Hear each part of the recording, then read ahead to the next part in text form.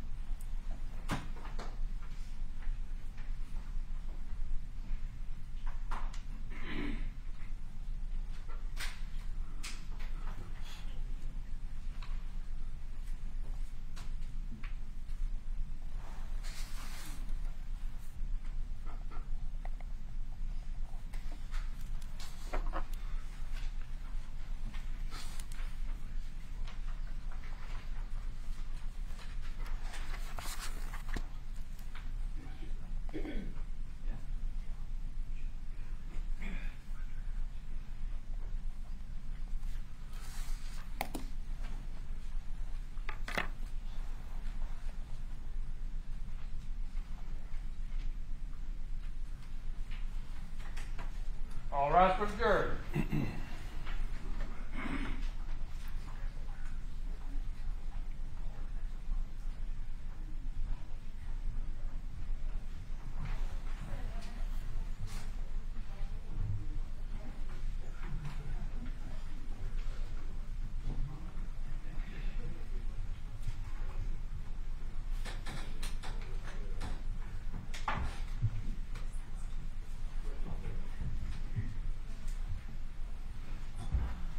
Please be seated.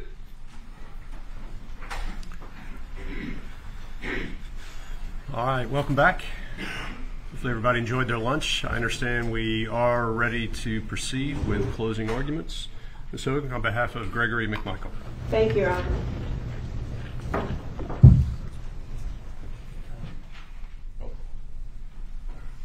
the next break, we have something we need to put on the record that transpired over lunch. My apologies. Okay.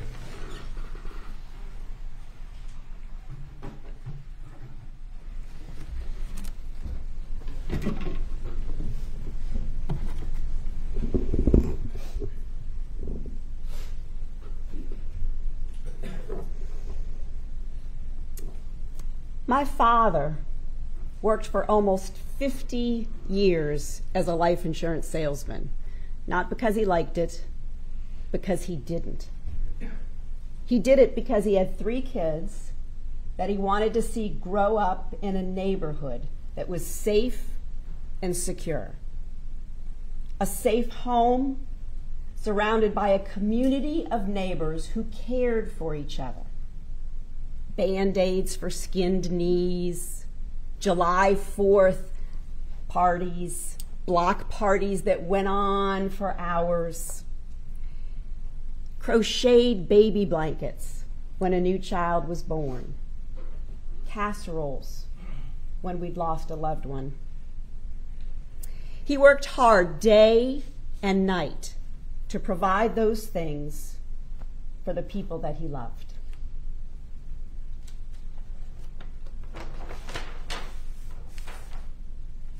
Larry English was a contractor in Douglas, Georgia, who worked hard every day to provide for his wife and 2 children, and to save for his dream to live on the water in a neighborhood just like that, safe, secure, filled with people who would care for each other. And when he became ill, he and his wife, Amy, had to fast forward their dreams. They fast forwarded that retirement dream, bought that land, and began working on their dream home, the project of building that home in Satilla Shores. It's the sort of life we all have the right to seek. The safety and security and comfort of people that we care about and who care about us. We work hard for our stuff. It's ours, and no one has the right to take it. And we should never, ever have to fear intruders. The police can be counted on to help, to respond. But they can't be everywhere, and they can't be everything. A good neighborhood is always policing itself. Mr. Moore, you really need to put a fence around that swimming pool. I'm worried a child will fall in. Mrs. Pennock, Bobby is flying down Crossbrook Drive again in that new car. You have to talk with him and get him to slow down so no one is hurt. The police can't be everywhere, and in a safe, secure neighborhood, police are helped by those neighbors. Officer Rash testified, neighbors help neighbors, and neighbors help the police. There are really only 2 questions for you to answer to reach your verdict in the charges that the state has brought against Greg McMichael.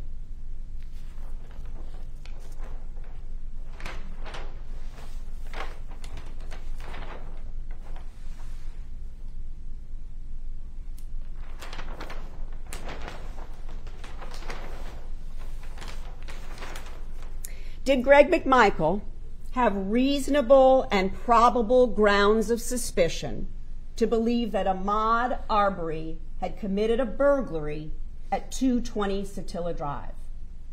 And did he have reasonable and probable grounds to believe that Ahmaud Arbery was escaping or attempting to escape yet again on February 23rd? It is a 9-count indictment.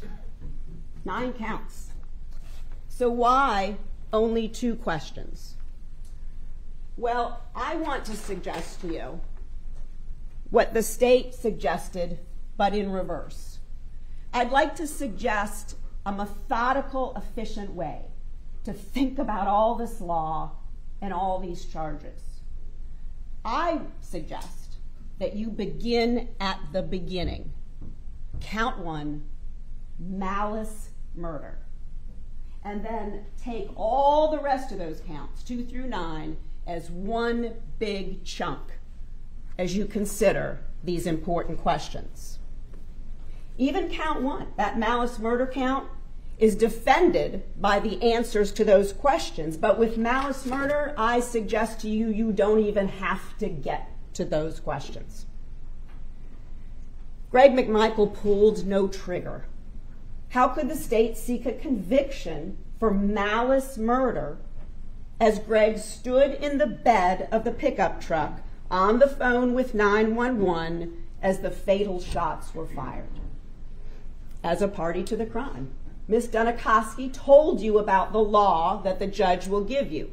If someone intentionally helps or aids or procures or hires or assists in the commission of a crime, they can be as guilty as the principal, as the person who fired the shots.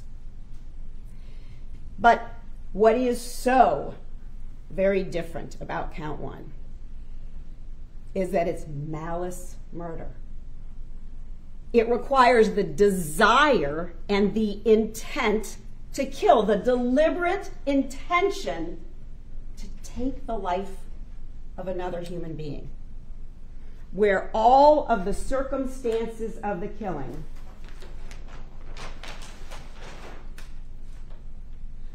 show that an individual acted with an abandoned and malignant heart. The state will have to be asking you to find that Greg McMichael advised or encouraged Travis McMichael, his son, to take the life of Ahmaud Arbery because that's what he wanted to do, for no reason other than to see that young man die, and to see him die at the hands of his own son. And to do it right there in front of his eyes, because the guy keeps breaking into that house down the street.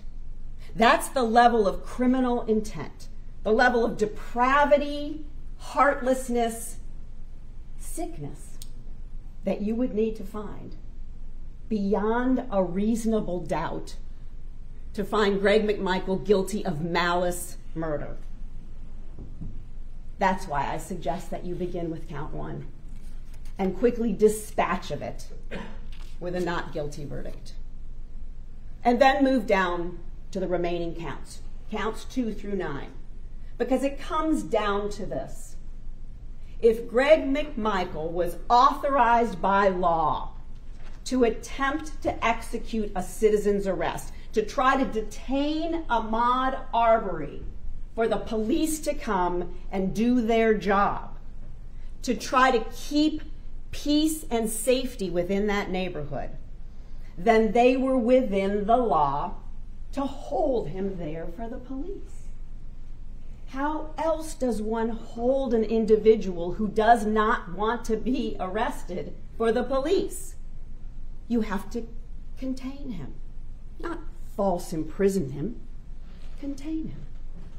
You have to possibly hold him at gunpoint without firing a shot, not an aggravated assault, but the use of a reasonable and measured amount of force to make him stay where he did not want to stay.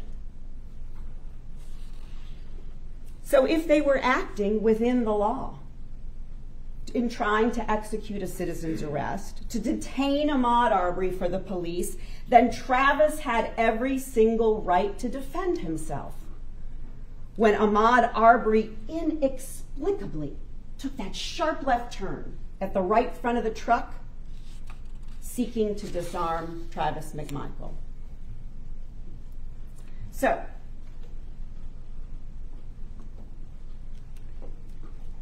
who's got to prove what?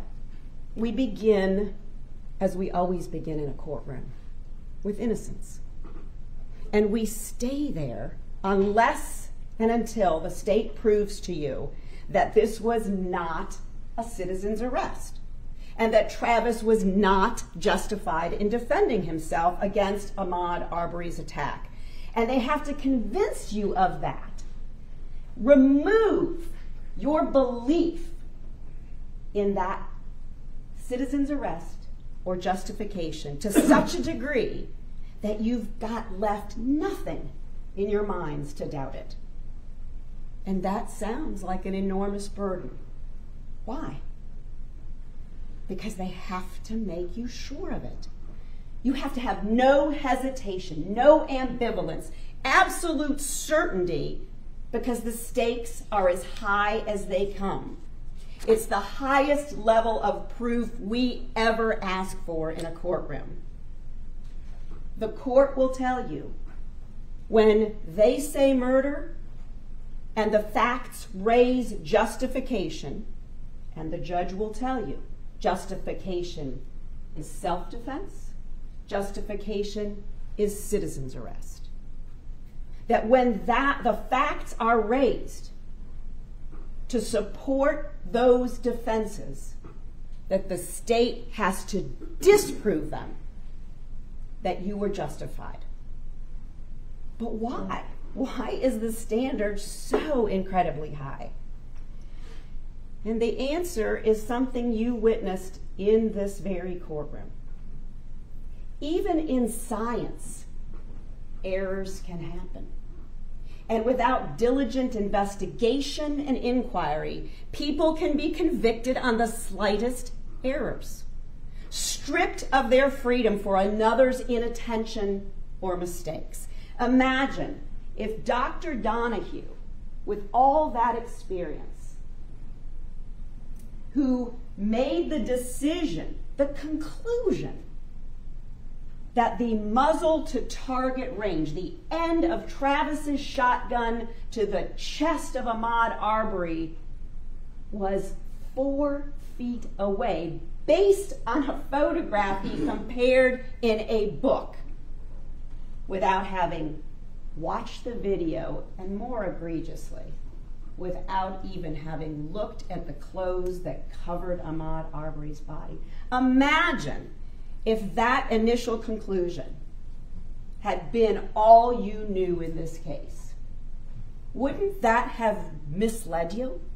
Wouldn't that have led you to wonder how what you saw in that video could match the opinion of a scientist? Imagine if Brian Leopard hadn't tested Ahmaud Arbery's shirt and scientifically concluded, based on that stippling, that these were contact or near contact wounds. Imagine further if I hadn't emailed Dr. Donahue to take another look at his conclusions based upon the clothing and Brian Leopard's expert report, and further imagine if Dr. Donahue was not an honorable scientist, if he wasn't willing to admit he'd made a mistake and take another look at the science. So that instead of 3 to 4 feet, we now know it's contact or 3 inches. 3 inches as opposed to 4 feet.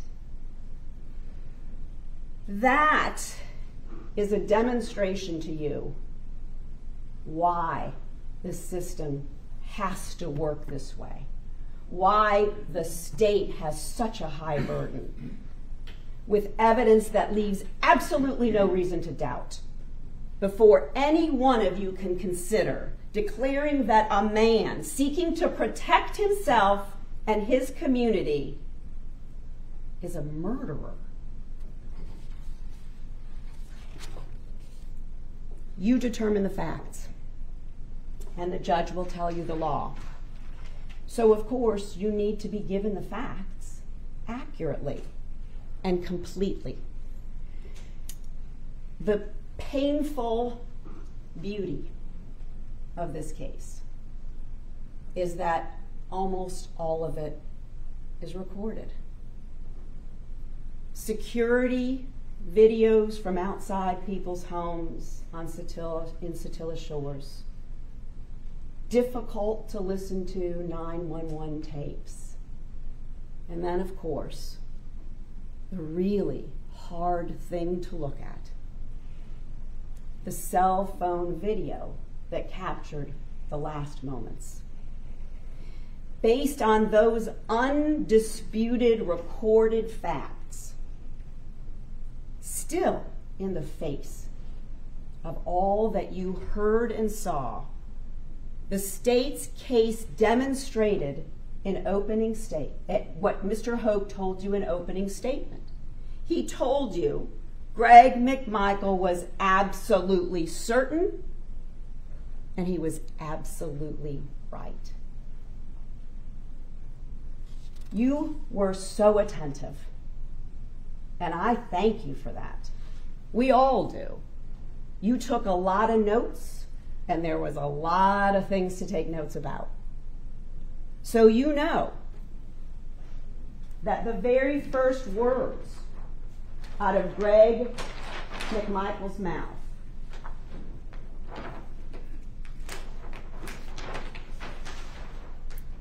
is that there was no doubt in his mind as to who this guy was. He told Officer Brandeberry that, and it was captured on the body cam that you saw.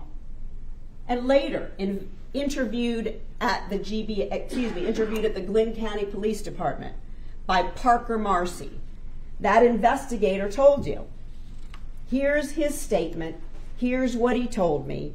I watched him, and when he came by me, I got a good, really good look at him. So I mean, it's the same guy. And it was Ahmaud Arbery on the video. He was an intruder. Larry English had reported, because he believed that an intruder had taken thousands of dollars of boat equipment off the offshore boat that had been parked in his RV parking garage. It was Ahmaud Arbery returning night after night without authority to a place where valuables were stored, with no legitimate reason for being there. And it was Ahmaud Arbery as Greg McMichael told immediately after being questioned, who had hauled ass from that house on February 23rd, after he'd looked through the window at Matt Albenze on the phone, that he ran from that home. Add all that knowledge, that certainty, to what he learned when Travis jumped into the truck and shared with him what he saw on the driver's side of that truck.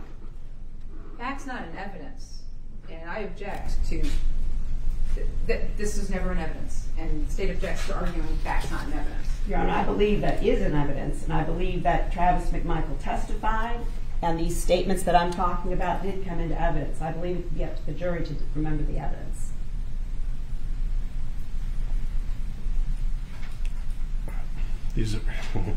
All right, ladies and gentlemen, it is up to the jury to recall the evidence that has been presented in this trial. And what lawyers say is not evidence, so it is up to you to recall what the evidence is in the case and to go ahead and address this matter on that basis. I don't have a complete listing of all statements made, but it's up to you, ladies and gentlemen, to recall that. And just because a lawyer says something, again, does not mean it is evidence, and this is argument. Go ahead.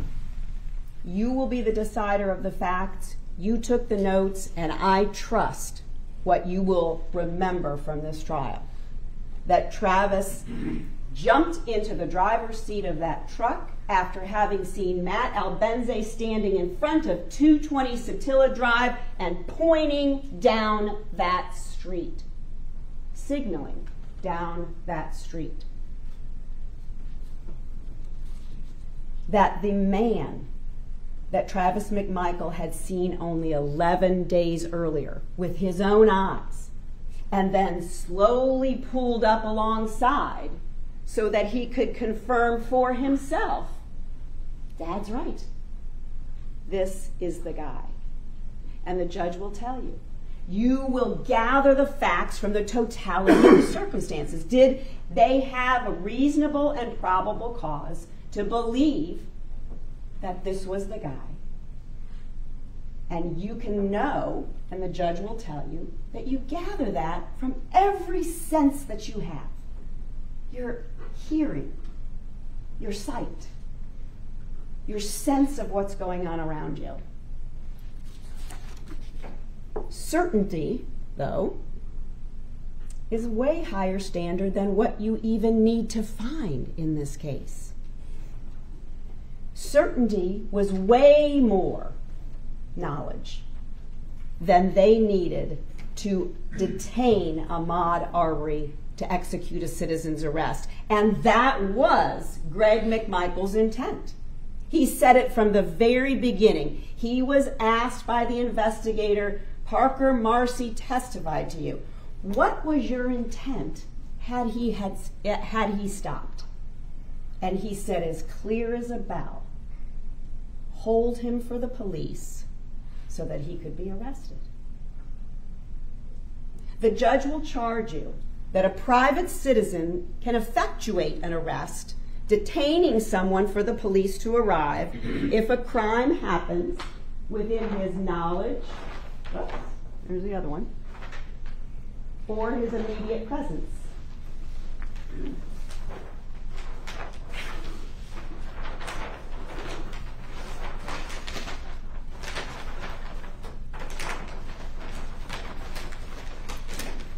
Thanks, Jason. I appreciate it. So here's what you have to know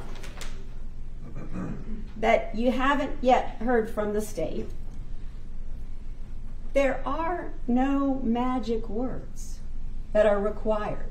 The court will tell you there's nothing special you have to say to be effectuating a citizen's arrest. There's nothing special you can't say while effectuating a citizen's arrest. If it happens within your knowledge or immediate presence, then you can effectuate a citizen's arrest and criminal trespass, the court will tell you, going on someone's property without the authority and for an unlawful purpose is a crime, the misdemeanor offense of citizen's arrest. And again, what you haven't heard from the state and got some misdirection about, there's no requirement, Judge Walmsley will tell you, for a posting of a no trespassing sign. There's no requirement that any officer execute this trespass warning. It's your place, and people should stay off it. We don't need to be telling people ahead of time and giving them warnings if you don't want to. And he'll also charge you that a private citizen can effectuate an arrest, detaining someone for the goal of holding them for the police, if he has reasonable grounds of suspicion to believe that a suspect is fleeing or attempting to flee from a felony. Burglary is a felony. Entering a dwelling place without authority with the intent to commit a theft in there. Not an actual theft, but the reason, the mindset for going into a place that's not yours. So how do you know that if there wasn't actually a theft? Judge Walmsley will tell you. The law will allow you to infer an intent to steal. If there's an unlawful entry, meaning crossing into a place that's not yours, a place where valuables are stored, and you heard testimony that plenty of valuables were stored at 220 Satilla Drive, with no other apparent motive for being there. That means every single time Ahmaud Arbery goes into that house, he is committing a burglary. But you hardly needed a jury instruction to tell you that. Coming into someone else's house at night, where it's pitch dark, repeatedly, even after you've been run off, into a place where an offshore boat is holding expensive equipment, the intruder comes in, and sometime after that intruder has left, your stuff is gone. Reasonable grounds of suspicion is nothing more than probable cause. And probable cause, as Mr. Sheffield and the court will tell you, are facts necessary to establish a probability, more likely than not. It's less than certainty, but it's more than mere suspicion. So think of it this way. If Officer Rash had been on one of his patrols in Satilla Shores on February 23rd at about 1:08 p.m., and as he turned onto Satilla Drive, he saw Matt Albenze, who he'd already met, standing in front of 220 Satilla Drive, just signaling down that street. And down that street, hightailing it, is Ahmaud Arbery, the man that Officer Rash had seen on those video cameras over and over again. So if he saw and heard what these men did, he too would have had probable cause to arrest Ahmaud Arbery for the crime of burglary. There's no doubt he would have put on his sirens and tried to stop Ahmaud Arbery. And there's no doubt, after the events of February 11th, that Officer Rash would have had his gun at the ready and not taken any chances. And I suspect, in your minds, there would be no doubt that Ahmaud Arbery would have known exactly why he was being chased. Because there can be little doubt as well that Ahmaud Arbery knew exactly why the McMichaels were trying to detain him on February 23rd.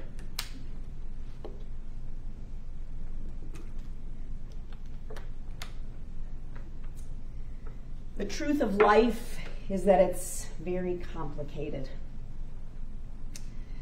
A beautiful teenager with a broad smile and a crooked baseball cap can go astray.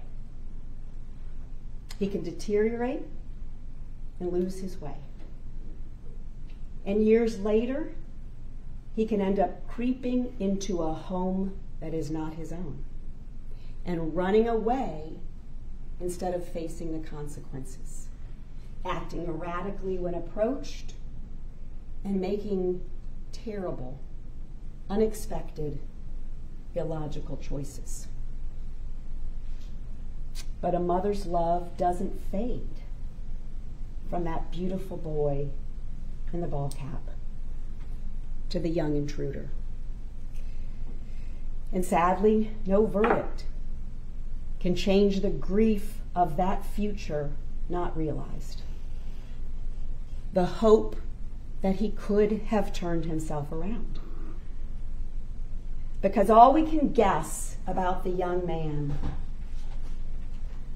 is that his teenage years were full of promise, but his early 20s just led him in the wrong direction. The facts presented in this trial bear no resemblance to the story that the state told you in opening statement. A 25-year-old who met a brutal death after being chased and killed by residents of a neighborhood who wanted nothing more than to murder him for having the audacity to jog in their neighborhood. Not a single piece of evidence that's been presented to you in this entire trial supports such a hateful and gruesome set of circumstances. Turning Ahmaud Arbery into a victim after the choices that he made does not reflect the reality of what brought Ahmaud Arbery to Satilla Shores in his khaki shorts with no socks to cover his long, dirty toenails. There were two sets of decision makers on February 23rd. It is not just the McMichaels decisions that led to this tragedy. And it is a tragedy. I see it in your faces, and I have felt it in mine. A young life lost, grieving parents. Greg and Travis didn't have to do anything on February 23rd. Greg could have looked up from his boat cushions, saw Ahmaud Arbery run past, and shrug his shoulders. Maybe call 911, maybe call Officer Rash, maybe text Diego Perez, and the fear and the frustration of this neighborhood would continue. But Greg McMichael's driveway decision wasn't the only decision that set this tragedy in motion. Ahmaud Arbery was not an innocent victim plundering through Larry English's house on February 23rd, just as he wasn't an innocent victim all the other nights, like October 25th, or November 18th, or December 15th, or February 11th. Is he the person responsible for stealing Larry English's expensive boat equipment? I don't know. We don't know. No one investigated that. But can anyone reasonably believe that Ahmaud Arbery was just doing a looky-loo on those nights in what has been described and shown to you as a home drenched in absolute darkness? The judge will instruct you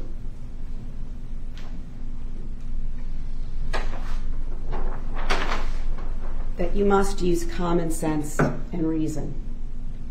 Common sense and reason. There was no legitimate reason for Ahmaud Arbery to be plundering through Larry English's house those 4 nights, and again on the afternoon of February 23rd. Ahmaud didn't live there. He didn't work there. He didn't have friends there. He didn't have a girlfriend there. He wasn't hanging out with a friend in that neighborhood who was a friend of a friend. He didn't jog through that neighborhood. He was a recurring nighttime intruder, and that is frightening and unsettling. A looky-loo in an open, unsecured construction site. Why did we have to withstand that drumbeat? Why? Let's clear a few things up. The judge will charge you that for burglary purposes, a dwelling is any structure that is intended for residential use.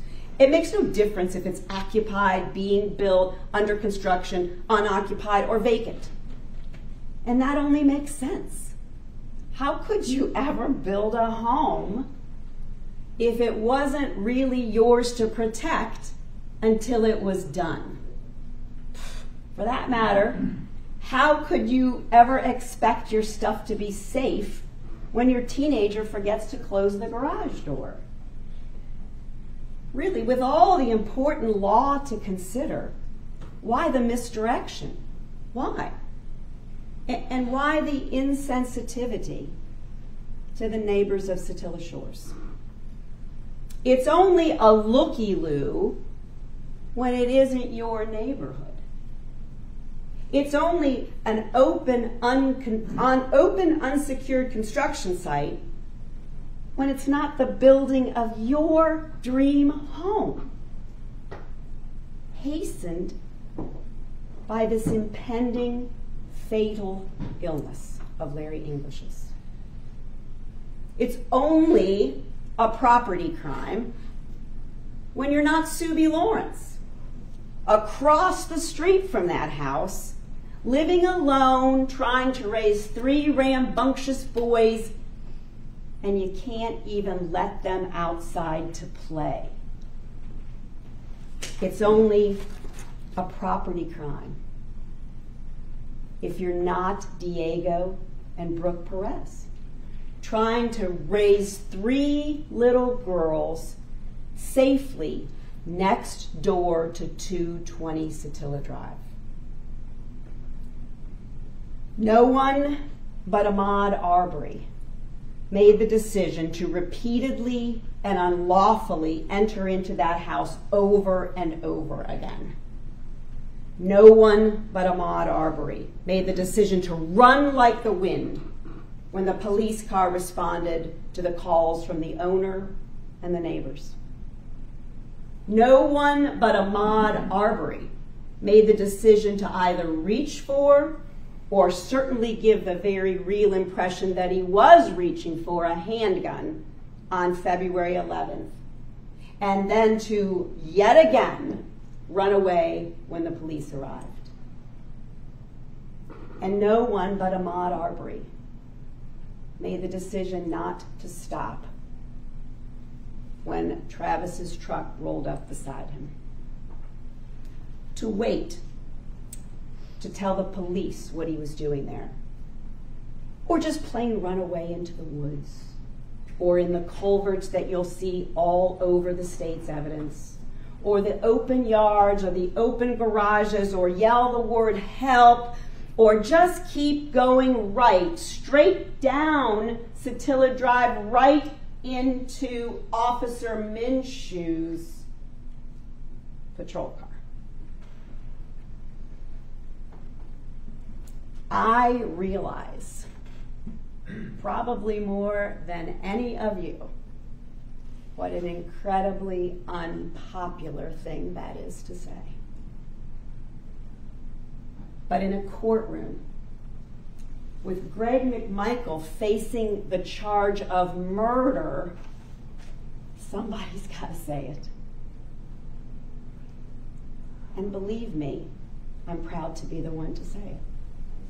Not to cause harm, not to cause pain, but because the truth in this place is really all that matters. Be very clear. Be very clear. No one is saying that Ahmaud Arbery deserved to die for whatever it was he was doing inside 220 Satilla Drive, because that's not why he died. He died because for whatever inexplicable, illogical reason, instead of staying where he was, whatever overwhelming reason he had to avoid being captured that day and arrested by the police, he chose to fight. He chose to fight. To, without any sense of reason, to run at a man wielding a shotgun, leaving him with no other alternative but to be placed in the position of killing another human being.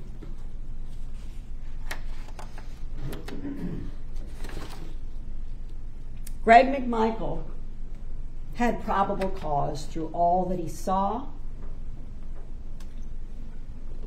all that he heard, all that he knew, to believe reasonably that Ahmaud Arbery had committed a crime and that he was fleeing from it yet again.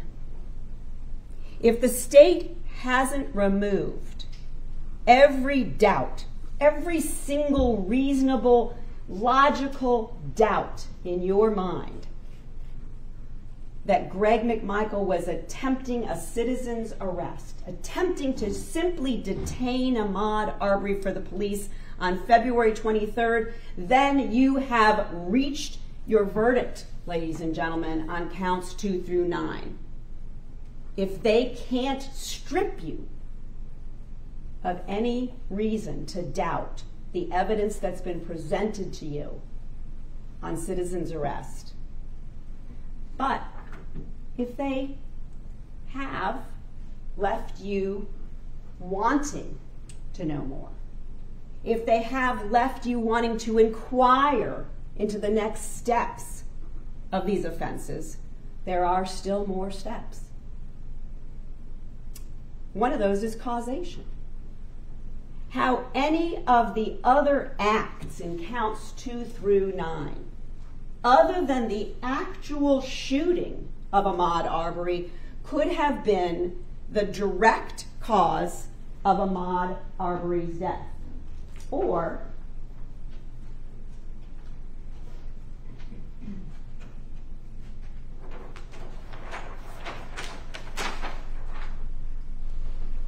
that it would have played a substantial and necessary part in causing the death.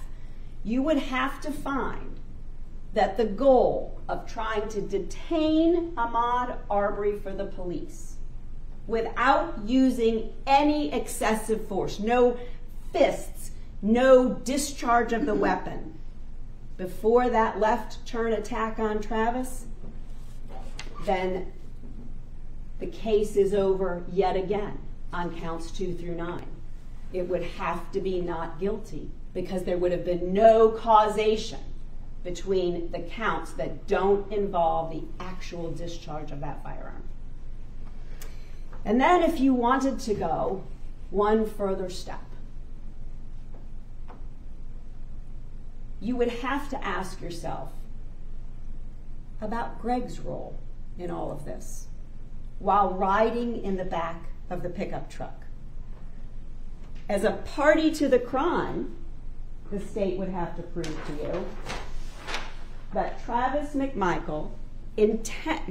Gregory McMichael intentionally helped in the commission of the shooting, or advised, encouraged, hired, counseled, or procured Travis McMichael to shoot Ahmaud Arbery, as he was on the phone with 911 shouting the word "no,"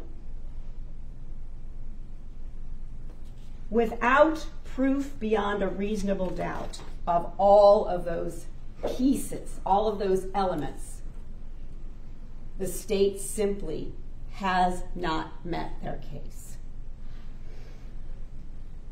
When I sit down, I get no more chance to speak with you, and that's a tough thing for me. I have to know that the state gets the last word. So given the state's opening and some of their cross-examination of witnesses, despite how careful I know you all were with your notepads and pens, with your attention, with your focus, I have to raise a few more things to make sure you notice them, because the stakes are so incredibly high. Ms. Dunikoski told you in her initial closing argument that she was afraid that we'd persuade you of the things that we're sharing with you about the state's case. I'm afraid that she's going to cherry pick. Cherry picking is this: it's choosing and taking only the most beneficial items from all that's been provided to you and trying to turn that into a fact. Don't look over there at all the rest of the stuff. Just look at these beautiful cherries I've picked. Context determines meaning. Stop, or I'll blow your MFing head off. You heard that from opening statement, and you heard it all the way through the trial. Cross-examination. Versus the actual reality that I think I saw you all write down of what Greg McMichael told Parker Marcy and what the investigators testified about what it really meant and when it really was supposed to have happened. Greg McMichael said that horrible sentence, "or something." "Stop," he said to the investigator. I said to him, "Stop, or I'll blow your MFing head off," or something. You didn't hear "or something." But most importantly, what we now know is that Greg McMichael thought, in the panic and adrenaline and fear and of that horrible situation, he thought that's what he said at the very end of this encounter. Mr. Hogue cross-examined every witness who was with Greg McMichael when he shared that piece of information. The DA wants to make you think, by cherry picking, that Greg McMichael said that anywhere, anytime, over and over, all through, anywhere through the pathway. But what those witnesses, those investigators and officers told you is that Greg McMichael was talking about the final encounter. Officer Brandeberry was asked, "When did you understand he was telling you he said that?" And Officer Brandeberry said, "He's talking about the final encounter on Holmes Road." "Yes, that's my understanding." Parker Marcy was asked, "When would that have occurred?" Would that have occurred giving the context of the full statement, which because of the laws in this courtroom and around the state of Georgia, you cannot have all of the statement read to you, so there had to be context. And that gets a little dicey. And that's why you have to be extra careful when you're sharing that information with a jury. So Mr. Hogue cross-examined those officers to say, let's draw down on when that was supposed to have happened. He said it was supposed to have happened at the final confrontation. The same place where Greg's on the phone with 911? Yes. That's what he thought he said. So whatever he said on 911, Mr. Hogue asked the investigator, would that be the most accurate way of knowing what he really said? And that investigator, just like all of you, would say, of course. Whatever you heard, whatever the state presented in the 911 call, whatever you can listen to again, bears no resemblance to what Greg McMichael, after a stroke, in the panic and the fear and the sadness of those moments when he was interviewed, thought that he said on the 911 call. You are the decider of the facts. You're the ones that are going to have to make the decision about what's true and what's not true about this case. Jason Sheffield said the word red herring, so I went ahead and looked it up. I've always heard that phrase, and the definition is something that's intended to be misleading or distracting. So I'm going to tell you I've got one more concern before I sit down. And that is, and I could be completely wrong about this, but I'm concerned about it, so I want to share it with you since I can't come back up in case my suspicions are correct. I'm afraid of why the state kept introducing into evidence still shots of Greg McMichael with various people at the scene. I noted them in the beginning, thinking it wasn't any big deal. I take down a lot of notes, like you all do. And then I kept seeing a pattern.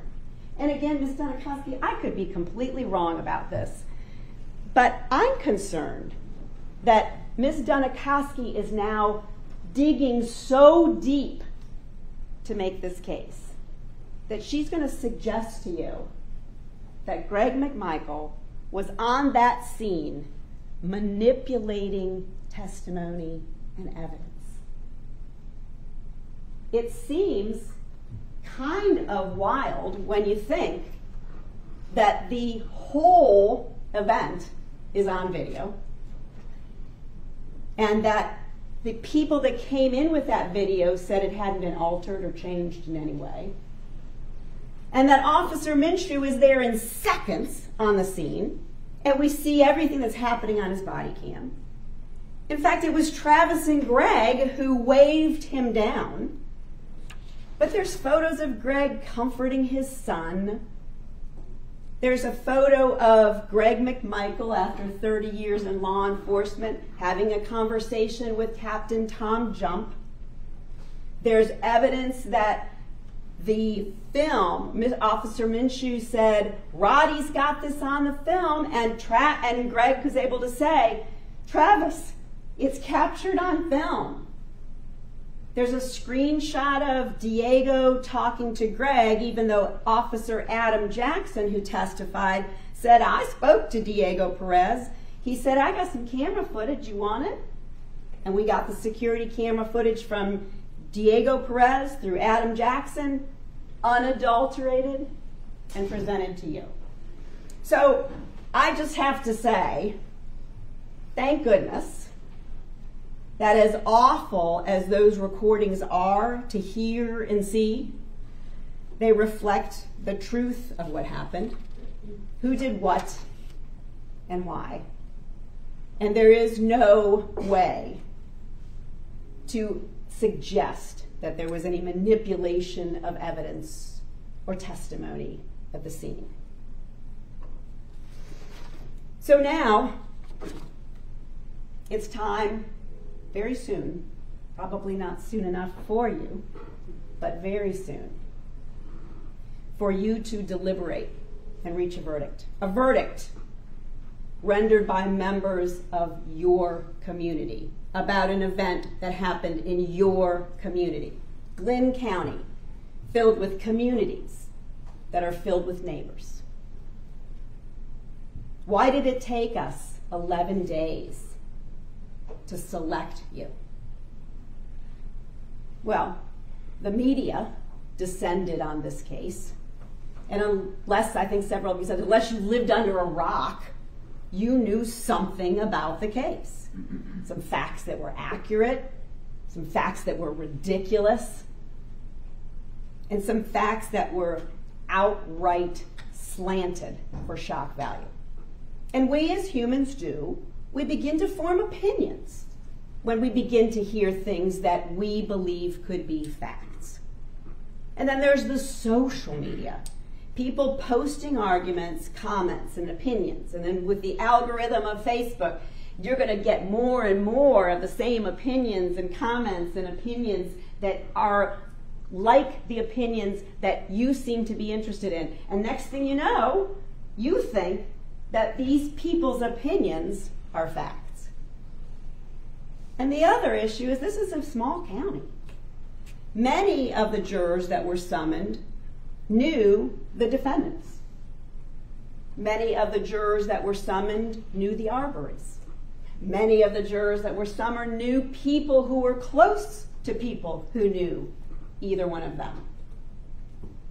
And consistent with human nature, those folks had formed opinions. So why are you the 15 that remained? Because you were determined to be the people most likely to do what I submit to you is the impossible. To set aside opinions and beliefs you'd formed before you came into court.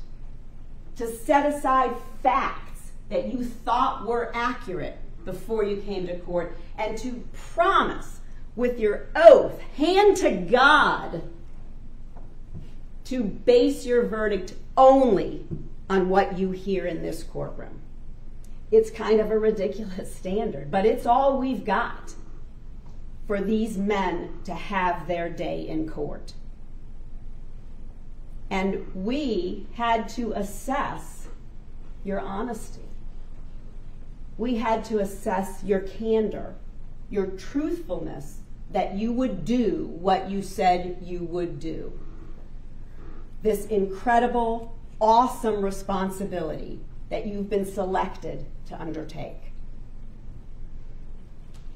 Jury deliberations are not like a meeting. They're not like a business meeting where you're going to each put in your opinions and thoughts and reach an agreement, a little give and take.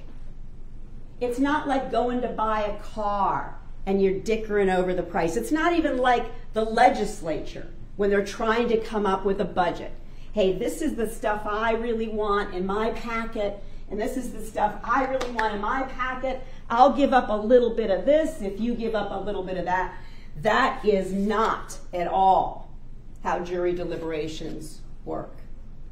Because you see, compromise has absolutely no place in the deliberative process.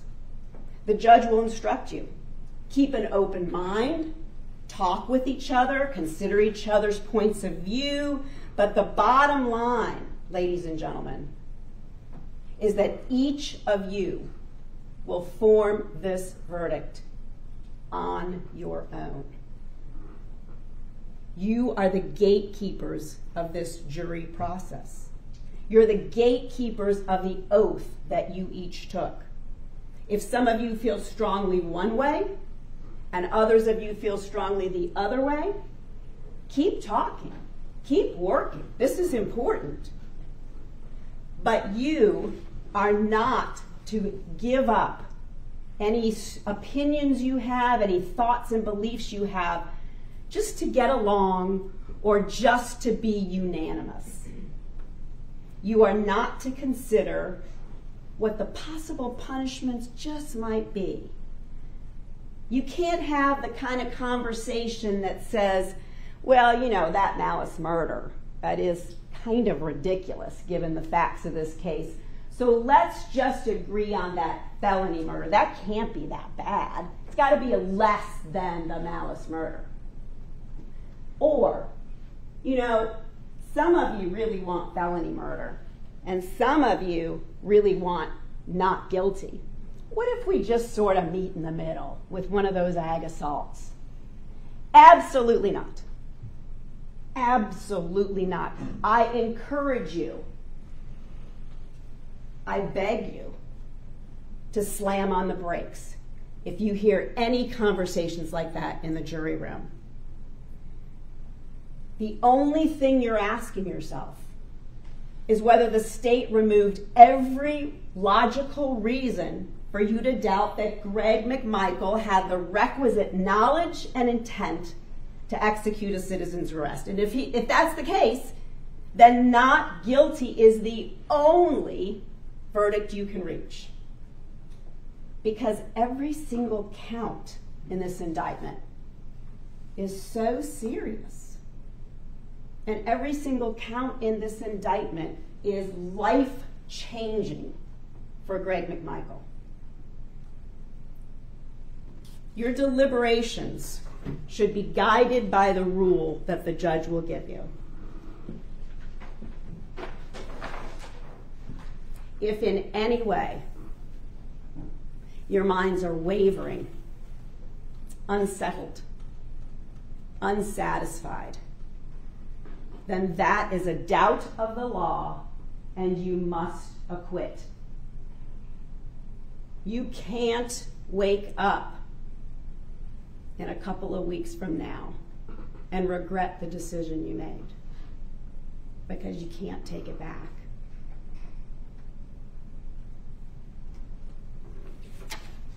The Constitution, our beautiful Constitution, demands no less than this certainty.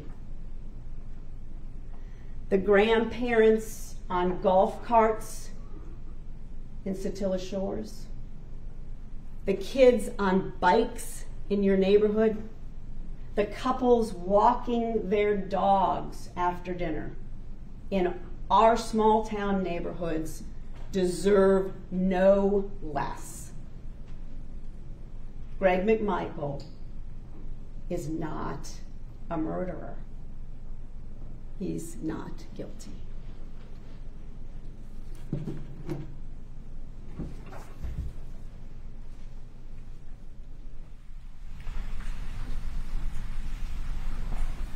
Thank you, counsel. Ladies and gentlemen, we're going to take let's take a 15-minute recess, and we'll continue with closing arguments. Again, do not discuss this case amongst yourselves until you've been instructed to do so by the court. Thank you.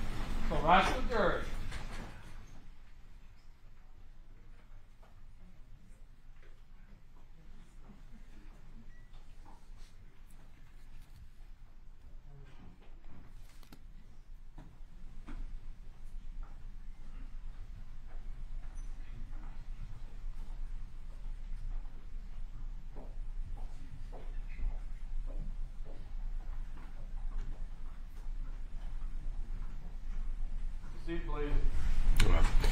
Before we recess, Mr. Goff, you had a matter for the court.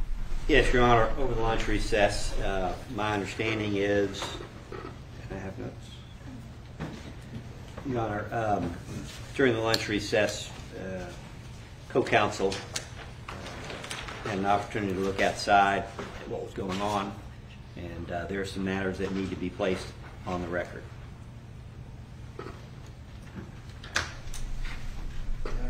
Go ahead and get this out.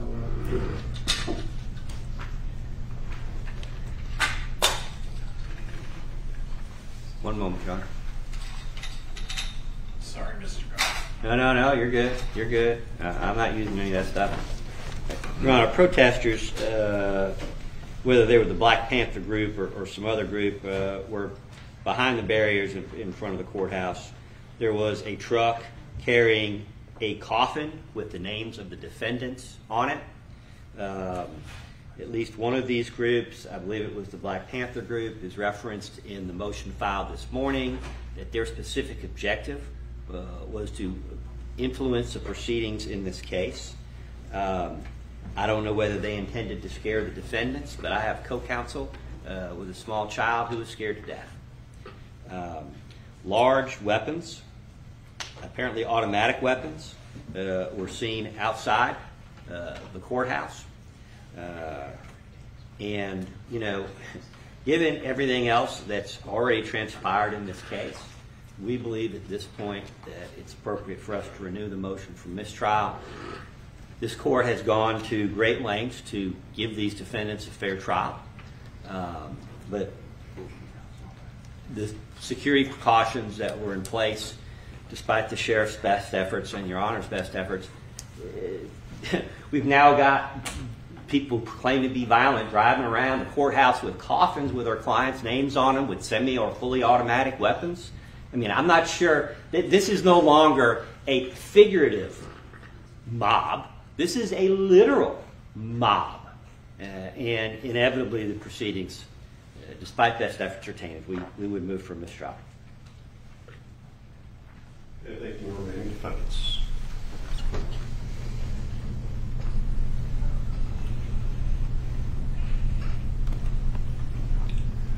Go first. Our position again is if the jury has been exposed to it, yes, we would be gravely concerned, and we would need them to let the court know that they've seen it and it's had any influence on them. Short of that, if it's folks exercising their First Amendment rights outside and our jury is unaware of it, then we're okay. And I would agree with Mr. Hogue. That's what I was going to say. And I would, one more thing.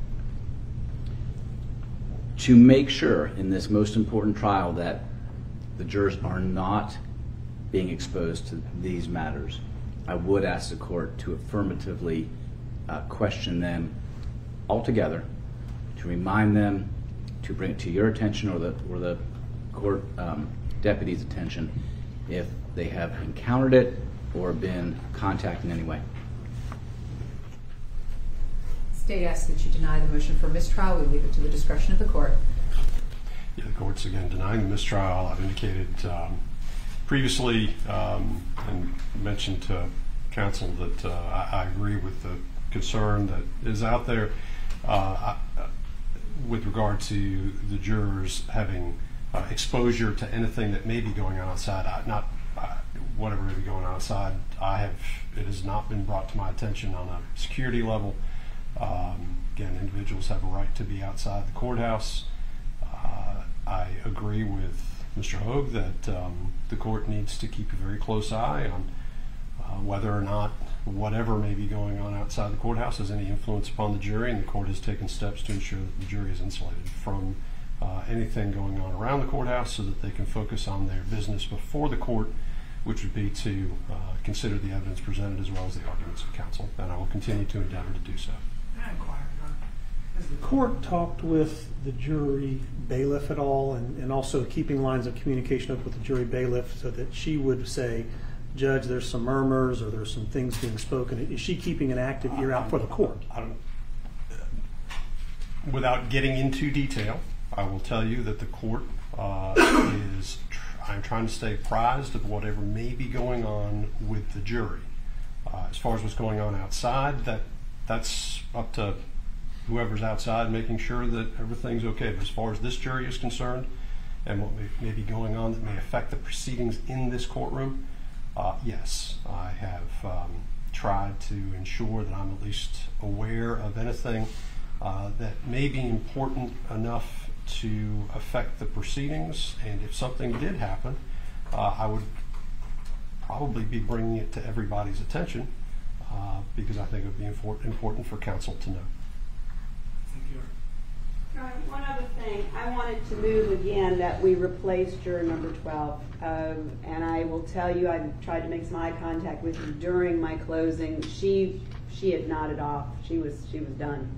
She was sleeping, and so at one point I walked closer to her to try to rustle her up, and I even thought there was someone that might have even moved her chair, kind of kicked it, and she then still nodded back off again. So I would ask again, since this is now about the third or fourth time that we've had to deal with it, that we have her replaced with the first alternate. We would join that. Juror 12 is sitting right in front of me. I never saw this. She had her eyes open. Right. So Ms. Duncan's talking about what she saw, so let's This is let what her I finish. saw. And I was facing Ms. Hogue while she was talking, but I was very closely watching the jurors. And juror 12 was right in front of me. I did not see her nod up. I didn't see her close her eyes at all. I saw her actively paying attention to this. That is what I saw. I will again start focusing on juror number 12, where I think is sitting close to the bailiff now, and make sure. And for the record, Your Honor, is there anyone else at the council table that's able to indicate whether you agree with what I saw? I thought that you and I had made some eye contact. I must have misunderstood that I thought you were looking straight at her. Yeah, I apologize. I didn't mean to interrupt Ms. Dunikowski. I did see it. There were 2 times where I thought about turning over a box accidentally or kicking the table hard, but I didn't want to interrupt her, Ms. Hoag's closing, but there were 2 times.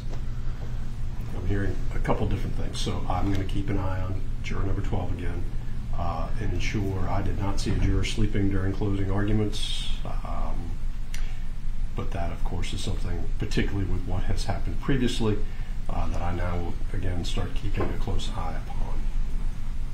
Thank you. Your Honor, if she was nodding off during Ms. Hope's presentation, I mean, she may need medical attention. We may have a coma here before I'm done. Well, let's get going. Okay. With that, we're in recess. Let's go about 10 minutes.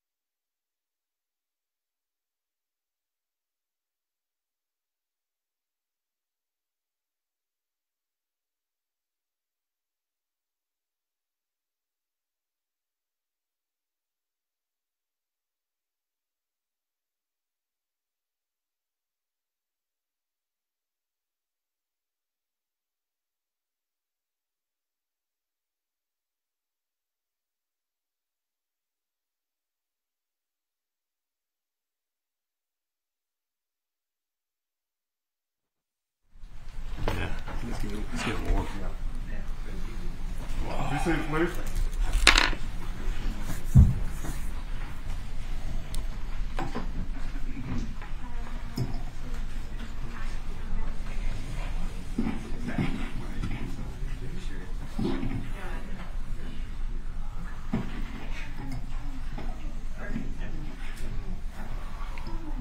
All right, we're back on.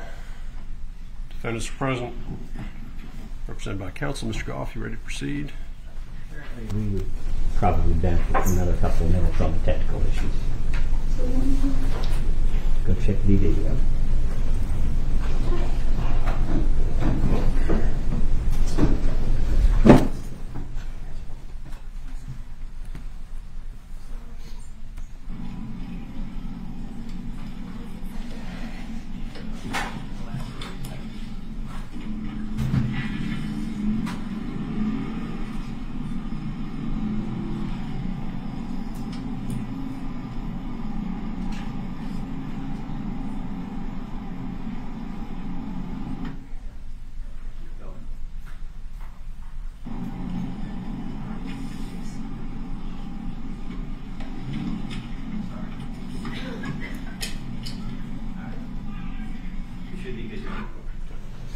All right, we have everybody in place.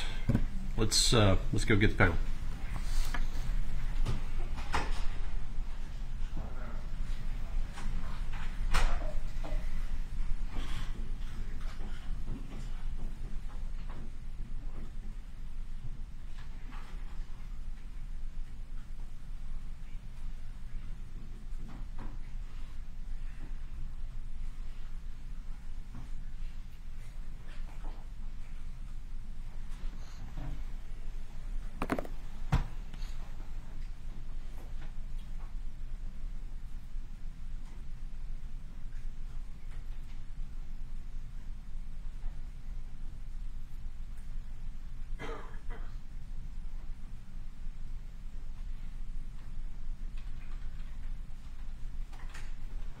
It's all right for the jury.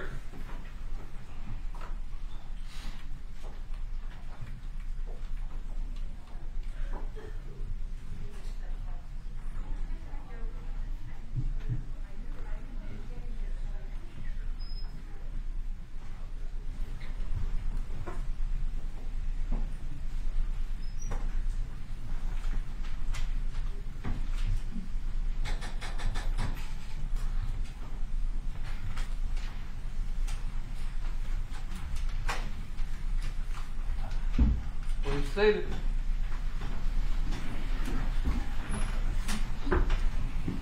All right, ladies and gentlemen, welcome back. I understand we are ready to proceed with closing arguments. Mr. Goff. We are.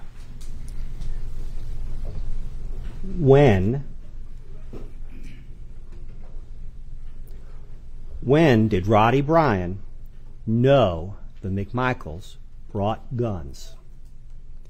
When did Roddy Bryan know Travis McMichael would shoot Mr. Arbery?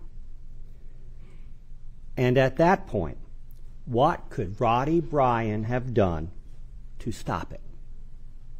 The inconvenient truth is that Roddy Bryan did not know and could not know that these men were armed until moments before Mr. Arbery's tragic death. He did not know and could not know that Arbery would be shot. And by that time, sadly, there was nothing Roddy Bryan could do to prevent this tragedy. Roddy Bryan didn't shoot anyone. At the time of the shooting, he was some distance back. He was armed only with his cell phone. Isn't it time, ladies and gentlemen, that we send Roddy Bryan home?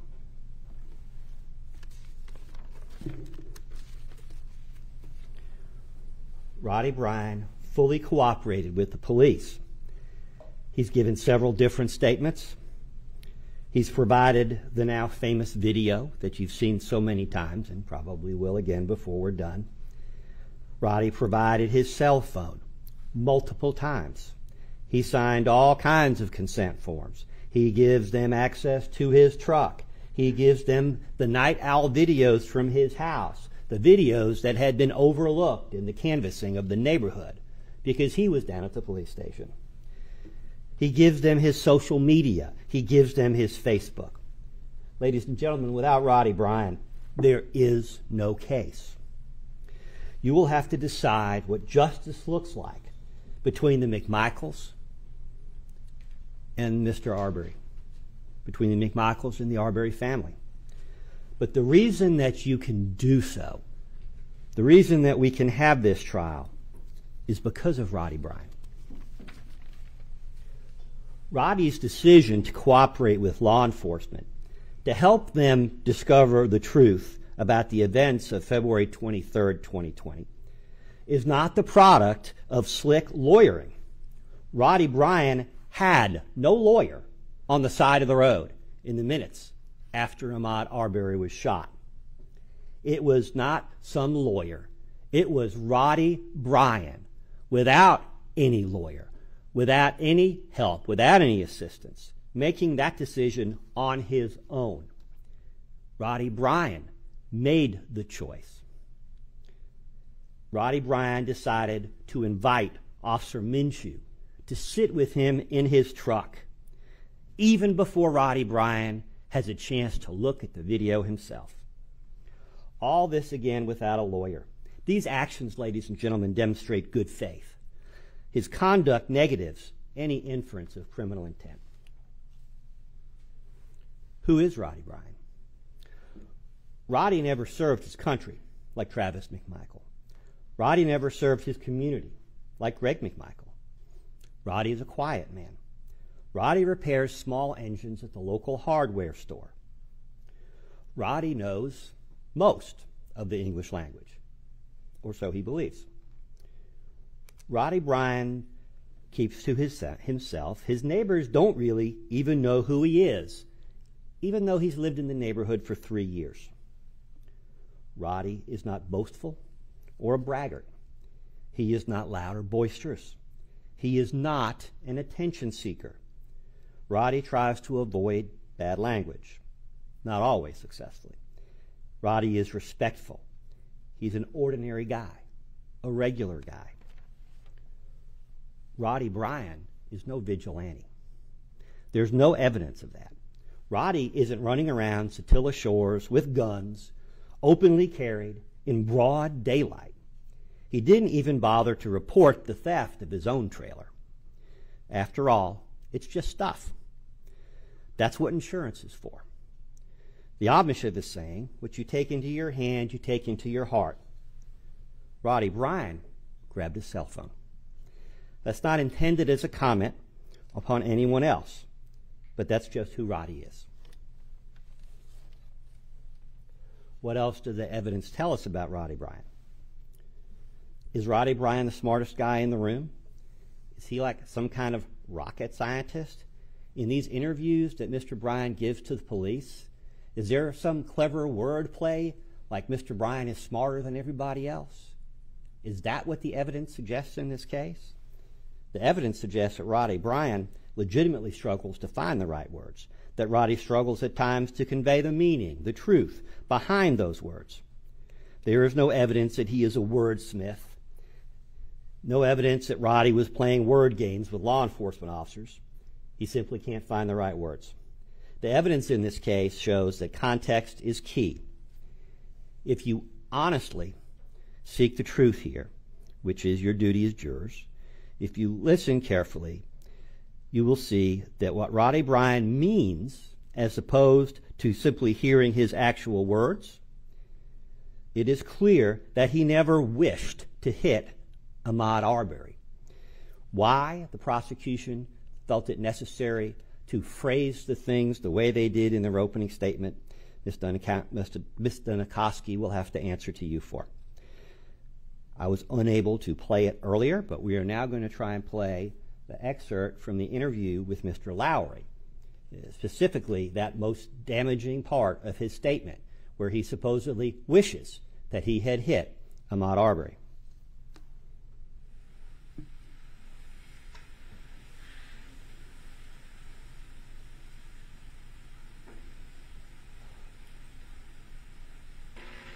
You said that you had handprints on your truck from where the guy was trying to get into it.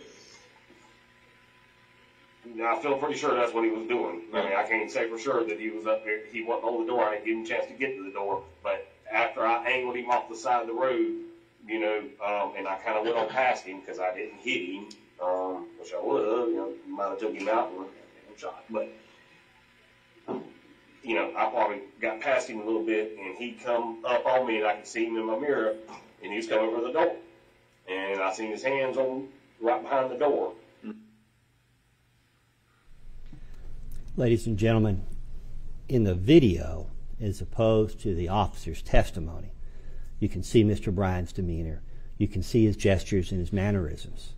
And you can see that when he says that he wished he hit Mr. Arbery, he said that just after he says that he didn't hit him, and he's expressing regret because Mr. Arbery has died. And maybe if he hadn't gotten down where he was, he wouldn't have been shot. That is much, much different in context than to suggest that Roddy Bryan wished that he had hit Mr. Arbery. That's a reflection of regret that Mr. Arbery was hurt by the McMichaels. That's certainly not a suggestion that he bore any ill will. And how many other instances of that do we have in this case? How many other times has the district attorney's office fired cheap shots at Roddy Bryan? How many times have the GBI taken cheap shots at Mr. Bryan? And in the end, you may wish to ask yourself why.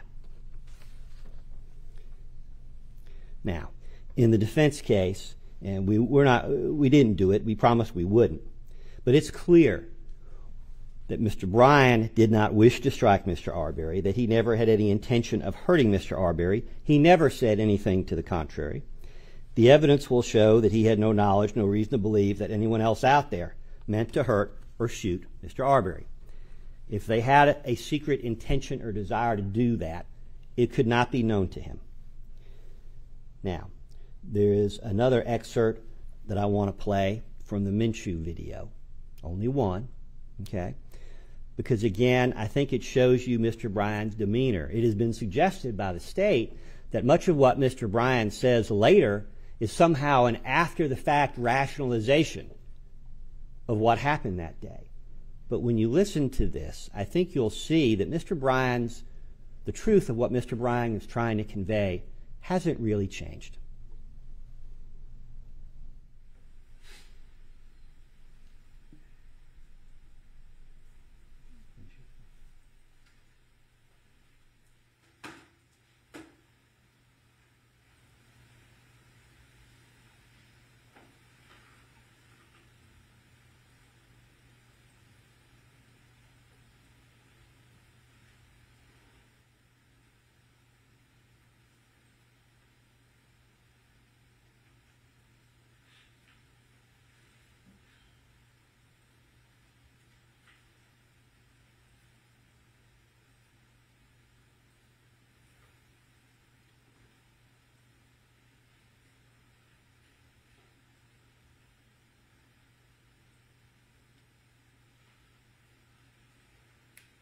Obviously, there's a reason we all don't play more of these.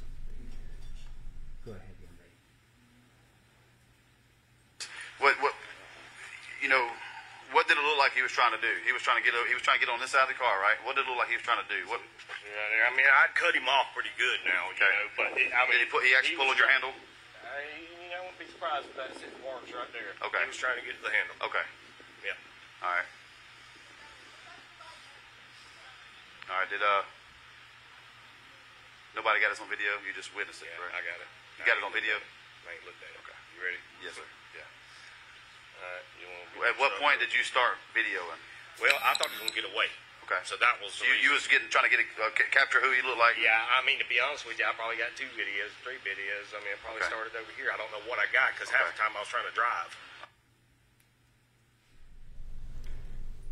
It was suggested that Roddy Bryan made up the idea that he was trying to preserve Mr. Arbery's identity, that he was trying to preserve it because he thought he was going to get away. It's been suggested that that's not what was going on. But yet, here, on the side of the road with Officer Minshew. Roddy Bryan says within minutes of the shooting that that's exactly what he was trying to do. We have one video in this case. Well, we have two, a shorter version of the one you've seen. But when Mr. Bryan is talking with Officer Minshew, he hasn't had a chance to look at his phone. He hasn't had a chance to see what he has. He thinks he has 2 or 3 videos. He thinks he's caught much more than he had.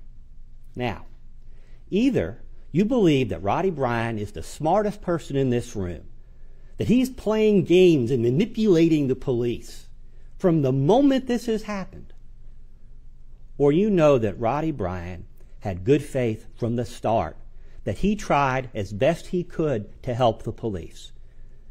Maybe it would have been better if he had been able to record more, if he knew better how to operate his phone. But the idea that somehow Mr. Bryan is quote-unquote minimizing his involvement in this case, had he recovered as much video as he thought he had, he might have had the whole thing on video. And he's giving it to the police. He's inviting Officer Minshew to sit with him in the car, to look at it with him for the first time. Not with some slick Cobb County lawyer, by himself. That tells you that Roddy Bryan is not guilty. Because unless you think he's smarter than everybody else in this room, that he's smarter than all these police officers, that he's smarter than the cream of the crop, the creme de la creme of the GBI, then you know he's trying to tell you the truth. He just can't always find the words. And to hear again all this stuff about Mr. Bryan, about all these things that happened, we'll come back to that later, but when you look at the Lowry interview, when you look at Mr. Minshew, the Minshew discussion on the side of the road, you know what the truth is here.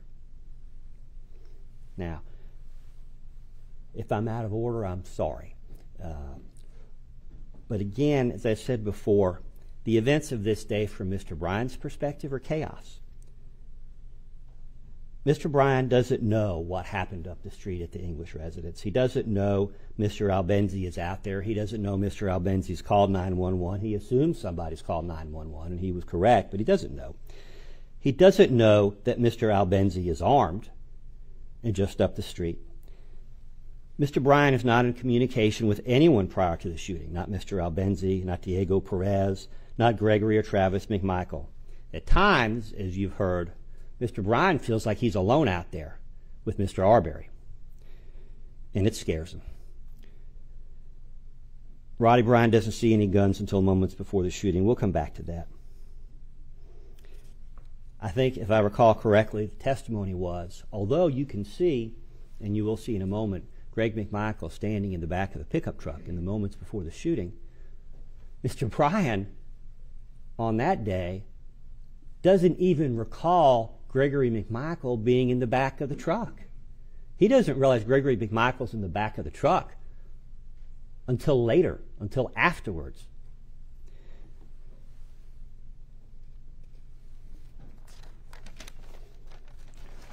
Roddy Bryan thinks that it takes the police several minutes to arrive on the scene when we know it was mere seconds. Roddy gets so many basic facts wrong, so many key facts.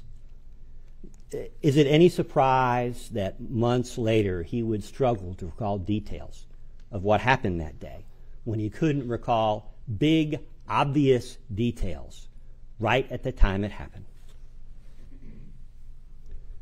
Let me shift gears for a moment. Closing statement is sometimes referred to as closing argument. Let me assure you, I don't want to argue about you with the evidence. First of all, there's 12 of you. There's only one of me, and you get the last word. Second, lawyers, we tend to remember things, frankly, sometimes the way we wanted them to be or the way we expected them to be, whereas you hear it as it actually comes out. So if my recollection differs from yours, I would trust your collective memory. And I'm not supposed to say this, okay? We're all taught never to say this. But what we say as lawyers is not evidence. The evidence is what you heard. And if something I say doesn't ring true to you as what the evidence is, you don't have to wait for someone else to object. I don't want you to consider something if you don't remember it as the evidence. Now, before proceeding any further and before I forget, I do want to express my gratitude to Mr. Bryan, to the court, to my distinguished opposing counsel. As I walk through the front doors of our courthouse every day, I am reminded what an honor and an absolute privilege it has been to come before you. What I'd like to do now is go back in time. I want to take you back, if you can join me, to the morning of February 23rd, 2020. It seems, at least to me, both so very far away and yet like it was yesterday. It was a time to which many of us might wish to return, if only we could turn back time. Ahmaud Arbery is still very much alive, perhaps still asleep. Some of us, like Brooke Perez and her husband Diego, have gone off to church. Others read the Sunday paper. The politically minded may recall Bernie Sanders is the front runner for the Democrat nomination. The sports-minded may recall that the Daytona 500 had been held a week earlier down the road. Donald Trump was the Grand Marshal. And our local newspaper, the Brunswick News, covers school events celebrating Black History Month. You may recall COVID-19 is still a mystery. It's a China problem, an Italian problem. Some guy we've never heard of, Dr. Anthony Fauci, warns us that we should conserve the already dwindling supply of masks for first responders and for healthcare workers who most need them. But Roddy Bryan isn't reading the Sunday paper. Roddy Bryan is not in church. And he probably isn't paying much attention to the corona. Roddy Bryan is working on the front porch of his home. After renting for several years, Roddy and his fiancée have just purchased their home on Burford. As a small engine repair guy working at the local hardware store, this is a big deal for Roddy, and he isn't going to waste any time before fixing it up. When you think back, it was a different world, but it's the world in which these events take place, and it's in that context that we have to look at the evidence in this case. Now, I think we have the first Night Owl video. I call it the first Night Owl video, the porch video. I think we played it for you once before. Here you can see Roddy Bryan standing on his front porch trying to repair a column. He is listening to music. The music is playing in the garage. The door is open. We've seen that from the previous picture. We'll see the moment his truck is out front. If you look carefully, I believe you can see his hammer on the ground behind him. And I believe other tools as well. Now, we'll stop that. Now we have a still photo, which we're about to turn back on. The still photo? Sorry. Beggars can't be choosers. I'm going to wait on Miss Barton.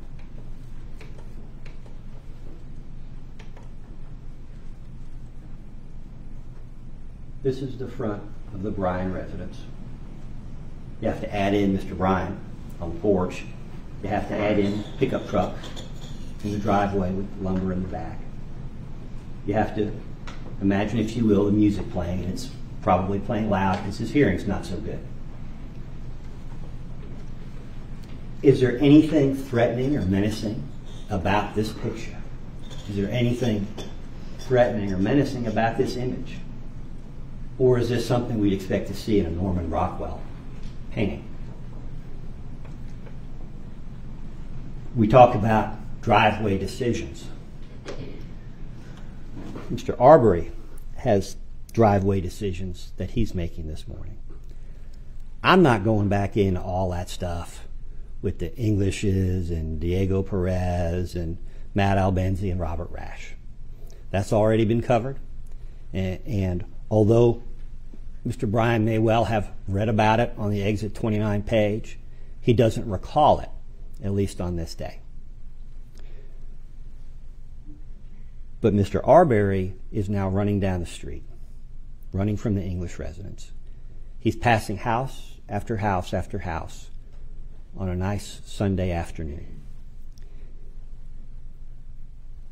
Is there any evidence that Mr. Arbery sought help, sought assistance from anyone in that neighborhood up to this point? Maybe you heard it, I didn't. But as he comes up to Mr. Bryan's residence, he starts coming by his house, why isn't Mr. Arbery asking for help? Why isn't he calling out, hey, somebody call 911. There's crazy people after me. Maybe that's because Mr. Arbery doesn't want help. Now, Mr. Bryan spots Mr. Arbery out of the corner of his eye. Roddy Bryan knows the joggers in the neighborhood. On his end of the neighborhood, let's be clear, it's a big neighborhood. There's 4 or 5. Ahmaud Arbery isn't one of them. Roddy Bryan's never seen Ahmaud Arbery before. Roddy Bryan intuitively, and that's the word for it, intuitively, knows the difference between someone running to something and someone running from something. But that mystery is resolved pretty quickly when the white pickup truck that he does recognize from the neighborhood comes by. Now, Roddy Bryan doesn't know Travis McMichael. He would recognize Greg, but Greg McMichael is sitting on a car seat, probably with his head stuck up somewhere in the bed liner. Roddy Bryan doesn't realize Greg McMichael's in this truck till after the tragic shooting. Objection. I'm going to object to facts, not evidence. None of this came in at all before this jury, and we would object to anything about Roddy Bryan and knowing Greg McMichael or anything. I'm pretty sure that he specifically said in one of the interviews that we went through that he didn't realize Greg McMichael was in the truck. But the jury knows what the evidence is, and their recollection controls. Let's stick to the evidence as it was presented to the panel. Thank you, Your Honor. At the time that Mr. Bryan looks out, he sees Mr. Arbery in the truck. He sees them side by side. He cannot, because of the music, he really can't hear the words. I believe the testimony is he's basically reading the lips of what turns out to be Travis McMichael. He can't see Mr. Arbery's lips. He can't see what, if anything, he's saying. Mr. Bryan has told us repeatedly that he's never heard Mr. Arbery say anything from the beginning to the end. So at this point, it's clear that Mr. Arbery does not want help from Mr. Bryan. It's clear that he goes ahead and runs off. And at that point, Mr. Bryan has to make a decision. Now, there's been some testimony. I think Mr. Bryan said that he called out to them, "You got him," which would be consistent with what he's seeing on the road. But nobody else hears that we know of. We know another witness said that they didn't hear it because they testified. And we're going to play a second Night Owl video that we didn't play previously, where you see Mr. Bryan coming off his porch. Now, I'm going to suggest to you, and you will have to decide what the truth is here, that when Mr. Bryan says he called out to them, did he? Do you see that on either of these videos? Do you see it on the third one to come? Again, is Mr. Bryan relating what actually happened or what he thinks has happened? Is Mr. Bryan's mind playing tricks on him? In any event, Mr. Arbery goes down the street. Now, Mr. Bryan, at this point, we're going to go to the next Night Owl video.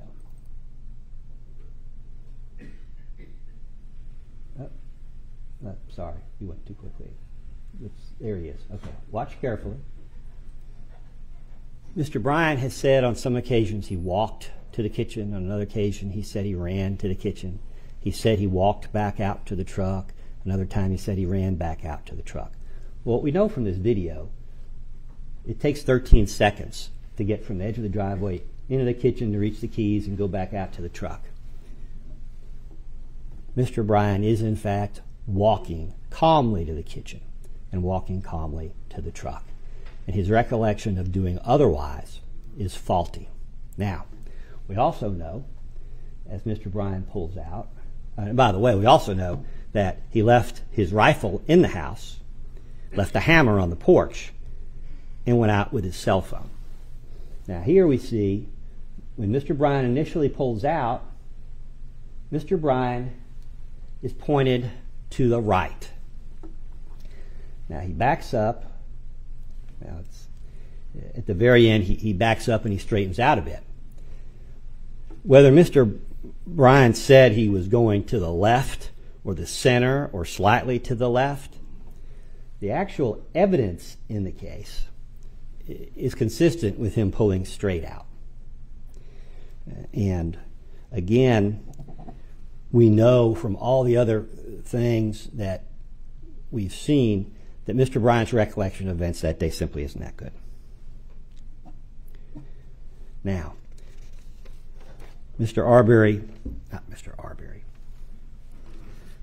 Bryan makes what is for him a very faithful decision. He actually pulls out in the road. Now, at one point he says he overshot the road. Another point in the same interview with Detective Lowry, he says that he crept out onto the road. The state suggests that Mr. Bryan either hit Mr. Arbery or tried to hit him and pushed him with his 5,000-pound motor vehicle. We'll come back to that in a second, but I just don't think I think the evidence is inconsistent with that. Now, I do want to talk about the indictment for a minute. Thank you. Let's take a minute to review the indictment. It is what we sometimes call a kitchen sink indictment. All three defendants are charged literally with everything in the indictment, every crime set forth therein.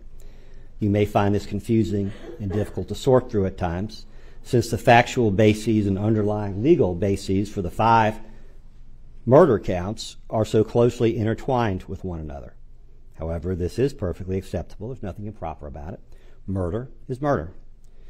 Each of the remaining 4 counts of the indictment, aggravated assault with a shotgun, aggravated assault with a motor vehicle or motor vehicles, false imprisonment, and attempted false imprisonment, actually serve as predicate felonies for the felony murder counts. In other words, this indictment does not allege any offense against any defendant other than murder and the predicate offenses for murder. There are a couple of legal principles I feel obligated to go over in every case. One of those is reasonable doubt. Now, you've already heard several very capable lawyers go through that, so I'm not going to spend a whole lot of time there. Without belaboring the point, however, I would refer you to what I consider the core principles at the heart of the court's charge on reasonable doubt. A reasonable doubt means just what it says. It is the doubt of a fair-minded, impartial juror honestly seeking the truth. If you are a fair-minded, impartial juror honestly seeking the truth, and you've certainly given us every reason to believe that you are, if at the end of the evidence you have a doubt, that is a doubt upon which you may acquit the defendant. A reasonable doubt is a doubt based on common sense. It is a doubt for which a reason can be given. If you can give a reason to doubt whether Mr. Bryan is guilty, then your mission is complete. And at that point, you should acquit Mr. Bryan. Now, I also often use this provision lifted from Robert Bolt, A Man for All Seasons, when I talk about reasonable doubt, because I find it helpful. And let's be clear, it is not a statement of the law. It is the principle behind it. Some of you may be familiar with the play and the movie. Some of you may not. William Roper asked Sir Thomas More, "So now you give the devil the benefit of law?" Sir Thomas More says, "Yes. What would you do? Cut a great road through the law to get after the devil?" William Roper says, "Yes. I'd cut down every law in England to do that." Sir Thomas More replies, "Oh, and when the last law was down and the devil turned round on you, where would you hide, Roper? The laws all being flat. This country is planted thick with laws from coast to coast, man's laws, not God's. And if you cut them down, and you're just a man to do it, do you really think you could stand upright in the winds that would blow then? Yes, I give the devil benefit of law," Sir Thomas More says, "for my own safety's sake." And when you apply the reasonable doubt standard, remember that standard, that legal principle, isn't there for Roddy Bryan. It's not there for these other defendants. It's there for all of us. And it's a principle that we cannot forsake. The court's going to charge you, I believe, without trying to put words in his mouth, on parties to a crime. The provision that's relevant to Mr. Bryan in this case is the second one. To be a party to the crime, Mr. Bryan must intentionally help in the commission of an offense, of a crime. Mr. Bryan cannot be a party to a crime by accident. He can only be a party to the crime intentionally. And we'll come back to that principle again. Now, count one is murder. And I don't want to tread over the same ground that other counsel have tread, but the issues are somewhat different for Mr. Bryan. I hesitate even to respond to count one, because by doing so, I don't want any of you to think for a moment that there's anything here even worthy of a reply. But I am required to do so. Roddy Bryan didn't shoot Mr. Arbery. He was armed only with a cell phone, and he was a good distance away when the shots rang out. Roddy did not cause and could not cause Mr. Arbery's death within the meaning of this statute. Roddy was not the shooter, so he could not shoot Mr. Arbery unlawfully. Roddy did not shoot him at all. Roddy Bryan acted in good faith on the day in question. There is no evidence whatsoever of malice. And most importantly, and I think this echoes arguments made by others, nor can Roddy be a party to the crime of malice murder, because there is no evidence that Roddy Bryan intentionally helped Travis McMichael murder Mr. Arbery. Where is that evidence? And that takes us back to the three questions I asked a moment ago when I first stood up. Roddy Bryan certainly was not aware of any intention on the part of Travis McMichael to shoot Mr. Arbery. And I'm not saying he had that intention. You will have to decide what Travis McMichael did or did not do. But Roddy Bryan certainly was not aware of any such intention, and certainly could not be a party to the crime of malice murder, because he can't intentionally help commit a crime he doesn't know is underway, doesn't know is contemplated. At this point, we're going to try and go back and play the video again, the famous video. But I'm going to repeat the three questions that I started with. When did Roddy Bryan know that McMichaels brought guns with them? When did Roddy Bryan know Travis McMichael would shoot Mr. Arbery? And at what point, what could Roddy Bryan do to stop it? We ready? All right. Now, I'm going to try and keep up with this video. At 0.03 seconds into this video, Mr. Arbery turns around on Holmes.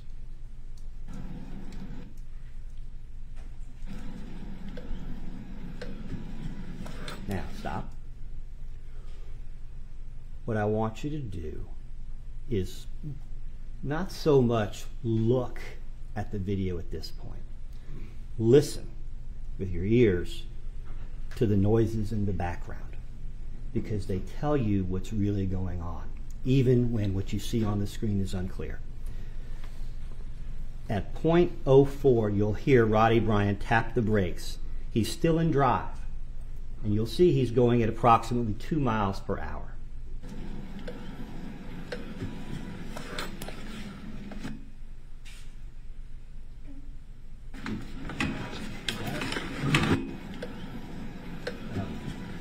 I couldn't see it.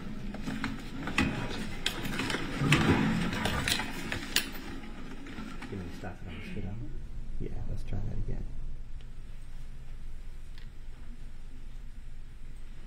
It's very, very difficult to get this video precise. Yes, we're looking for 4 seconds.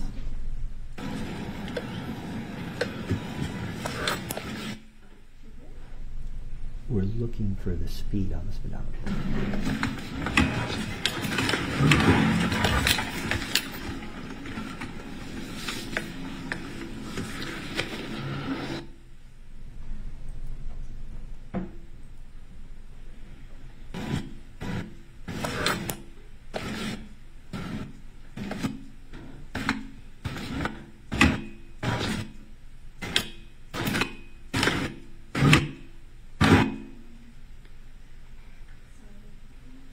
Okay. Well, what you can see is that Mr. Bryan is, you hear him tap the brakes. You hear Mr. Bryan tap his brakes. But he's still in drive, and he's going about 2 miles per hour, which is about the same speed that Mr. Arbery is moving. He's been described as chasing Mr. Arbery, as hunting Mr. Arbery, as attempting to run Mr. Arbery down. But what you see on the video, and there is you can see that Mr. Bryan is moving at approximately 2 miles an hour, and you can see that the seatbelt is not in place. Now, at this point, we're going to go ahead and play it to about the 17-second mark. Listen for the gear shifts. I'm sorry, it's not there yet. Go ahead.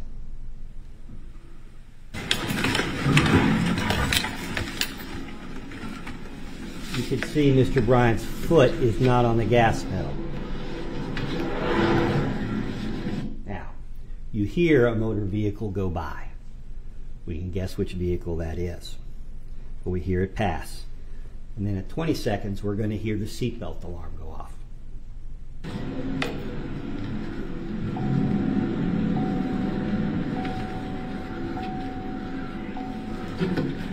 Now, at 26 seconds, you can hear the transmission shift as Mr. Bryan puts his truck in park. And then 2 seconds later, you'll hear Mr. Bryan buckle his seatbelt.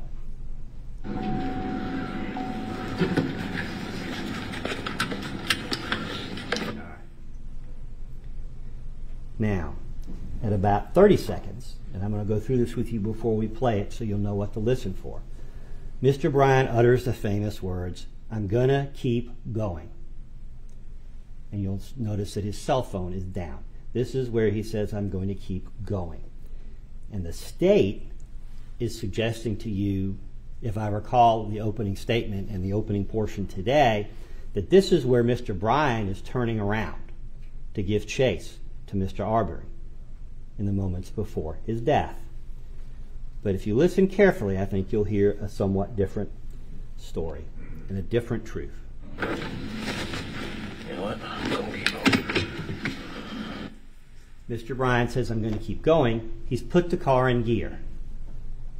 But if you watch, you'll see Mr. Bryan isn't going back towards Mr. Arbery. He's not going back towards the McMichaels. He's going in the opposite direction. And he starts at a high rate of speed.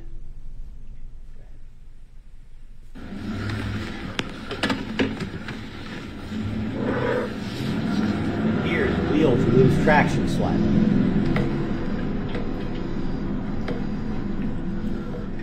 Now, you can't see yet, but he's not moving towards Mr. Arbery. He's moving away, and you'll see why in a moment.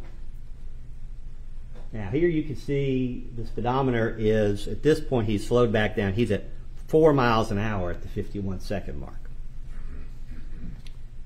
And shortly after this, you hear him shift the transmission again.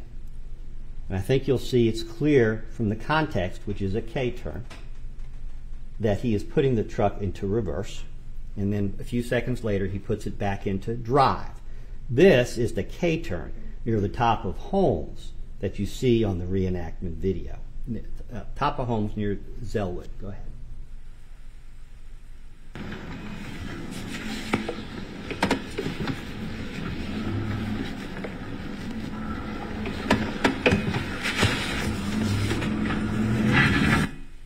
Okay. When I start the video up, when we start the video up, it's a team project here. When we start the video up, listen for Mr. Bryan's breathing. I think when you hear his breathing, you will hear something different than the state has suggested. Now, I can't tell you how to interpret it, but what I hear is someone who is labored breathing. Breathing as if he was in fear.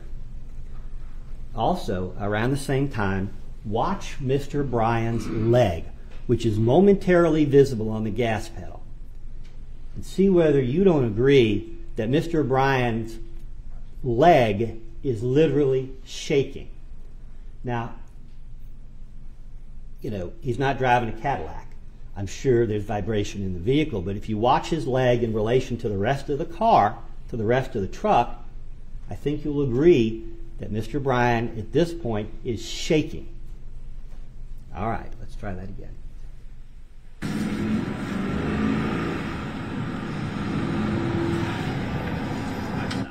Very good. Did we play the right portion there? Or did we miss it? Okay. All right. At this point, Roddy Bryan is looking back down Holmes. Now, what does he do here? He's pulled up his cell phone. His cell phone's been down because he was driving away. When Mr. Bryan said that he was going home, when he said the guy didn't want to be caught, that's all consistent with this video. Now we can see that he's turned around. The question is, ladies and gentlemen, why is he turning around? Technically, this is the shorter path back to his house. It may be easier to get in the driveway. You can see the bushes in the video out front. Maybe. Maybe he's trying to document what's going on. He said that's what he was trying to do. Maybe, and that's just me going out on a limb, I'm going to suggest to you that perhaps, and I know I'll get grief for this, I would submit to you that you can call it karma, you can call it fate, I would call it divine providence. Somebody is guiding Mr. Bryan, whether it's a conscious thought process or not. Something is guiding Mr. Bryan down this street to document what's going on. Just like Mr. Bryan's on his porch.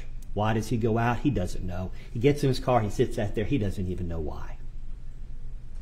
He's being guided, whether that's by a God, if you believe in a God, or by some other entity. But do you really believe it's just coincidence or chance? Do you really believe Mr. Bryan is trying to lie or deceive you at this point? But we're going to go ahead and we're going to continue playing the video. Watch when the truck comes into view. Right. Okay. Mr. Bryan is traveling, as he testified, as an agent indicated in the reenactment video, he's traveling at 10 or 15 miles an hour. He's traveling faster than Mr. Arbery. But clearly, if he was trying to hunt him down, he would be going a lot faster. More to the point, at this point, as Mr. Bryan comes around the dogleg, what we're seeing here, I can't be sure whether this is the enhanced video or not, but what we're seeing here in this courtroom with the artificial interior lighting is certainly a better view than Mr. Bryan has actually looking through that phone with the glare and other stuff that's going to be in the car on a sunny day. Anyone who's tried to look at pictures on their phone while they're driving on a day like this understands that sometimes you can't see the phone at all. But assuming that Mr. Bryan has 20/20 vision, and assuming that he has every bit as good a view of his phone as he's driving as you see here, where's Travis McMichael? I can't see Travis McMichael in this picture. Really, honestly, I can't see Greg McMichael in this picture. And I certainly can't see any guns. Now, what's our post on this one? Where is this?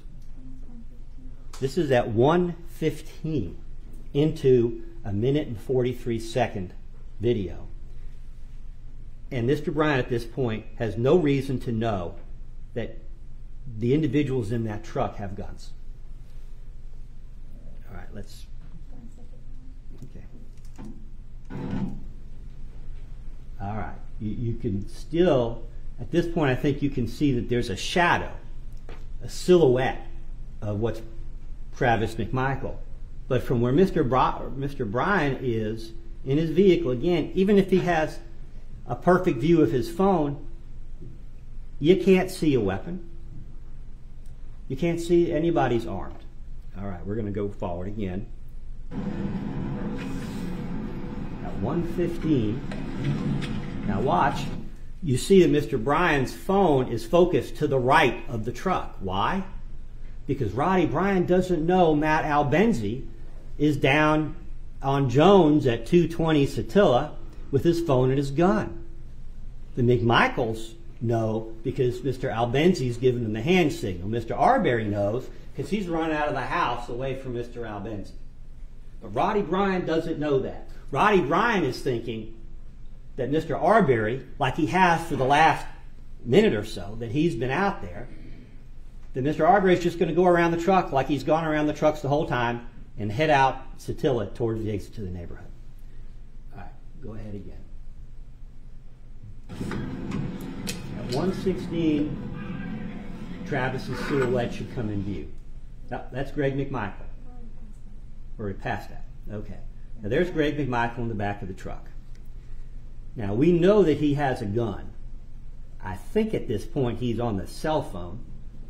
But for Mr. Roddy Bryan's vantage point, looking through this phone as he's trying to drive on a sunny day in his truck, how can Mr. Bryan know that Greg McMichael has a gun or that he's drawn it?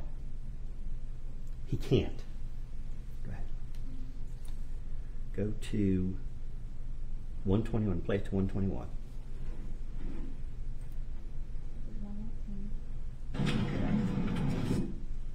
All right, this is 121. You can see Mr. Arbery. You can see how far back Mr. Bryan is. And you can see Mr. Arbery going to the left momentarily. And way over here, and I promise not to touch the screen. This little fuzzy black thing here, this silhouette is Travis McMichael. Where on this video, putting aside the fact that Mr. Bryan's not going to have as good a view driving on a sunny day in his car, from this video alone, where is Mr. Travis McMichael's shotgun? Roddy Bryan can't see any weapon.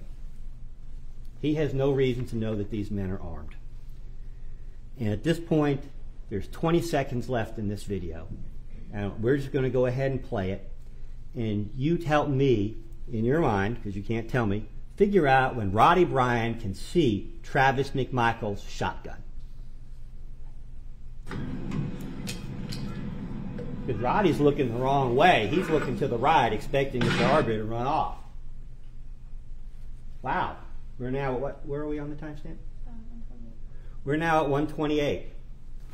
Roddy Bryan has never seen, and I don't care what is in any prior statement, we know looking at this video, Roddy Bryan's never seen the shotgun until after it's been discharged the first time. That's not an opinion. That's fact. You're looking at it. you just ever looked at it from this perspective before. Let's go ahead and play the rest of it.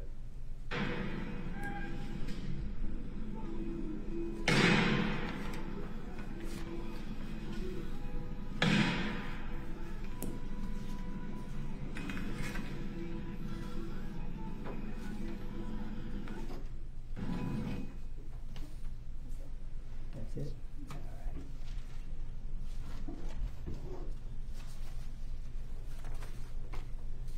Now again, I had it there. Having looked at the video again slowly from Mr. Bryan's perspective, when did Roddy Bryan know the McMichaels brought guns?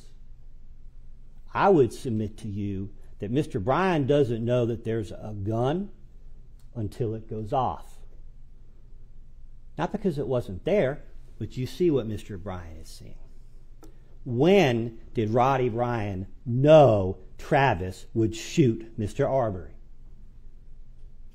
I would submit to you he can't know until Mr. Arbery is actually shot. And at that point, what could Roddy Bryan do to stop this tragic shooting? The state has thrown out all kinds of theories. He could have honked his horn. He could have gone to the left. He could have gone to the right. He should have backed up. Well, obviously, if Mr. Bryan saw a shotgun pointing down the street in his direction, he probably would have at least ducked. But he doesn't do that because Roddy Bryan can't see the gun. And when the state tells you that he was hunting Mr. Arbery down, what they're trying to tell you is that he's going down the road towards them when he's going up the road away from them. And when he says he turns around, he brings the video back up. He takes the best video that we have, the only video we have of this shooting. So when Mr. Bryan says on the side of the road on February 23rd to Officer Minshew, I was trying to record what happened. I don't know what I got. I think I got 2 or 3. He only got 1. But fortunately, he got the one that you need to figure out what justice is in this case. And again, it's not for Roddy Bryan, it's not for me to say what justice is here between the McMichaels and Mr. Arbery and his family. That's not our call, that's your call. But again, but for Mr. Bryan, whether you call it serendipity, luck, coincidence, or the hand of God here, not once, but twice, has someone who keeps to themselves, who never gets involved in anybody else's business, who is almost a stranger in his own neighborhood, has now gone out and gotten a video, which is the best evidence for you to look at in trying to figure out what happened here.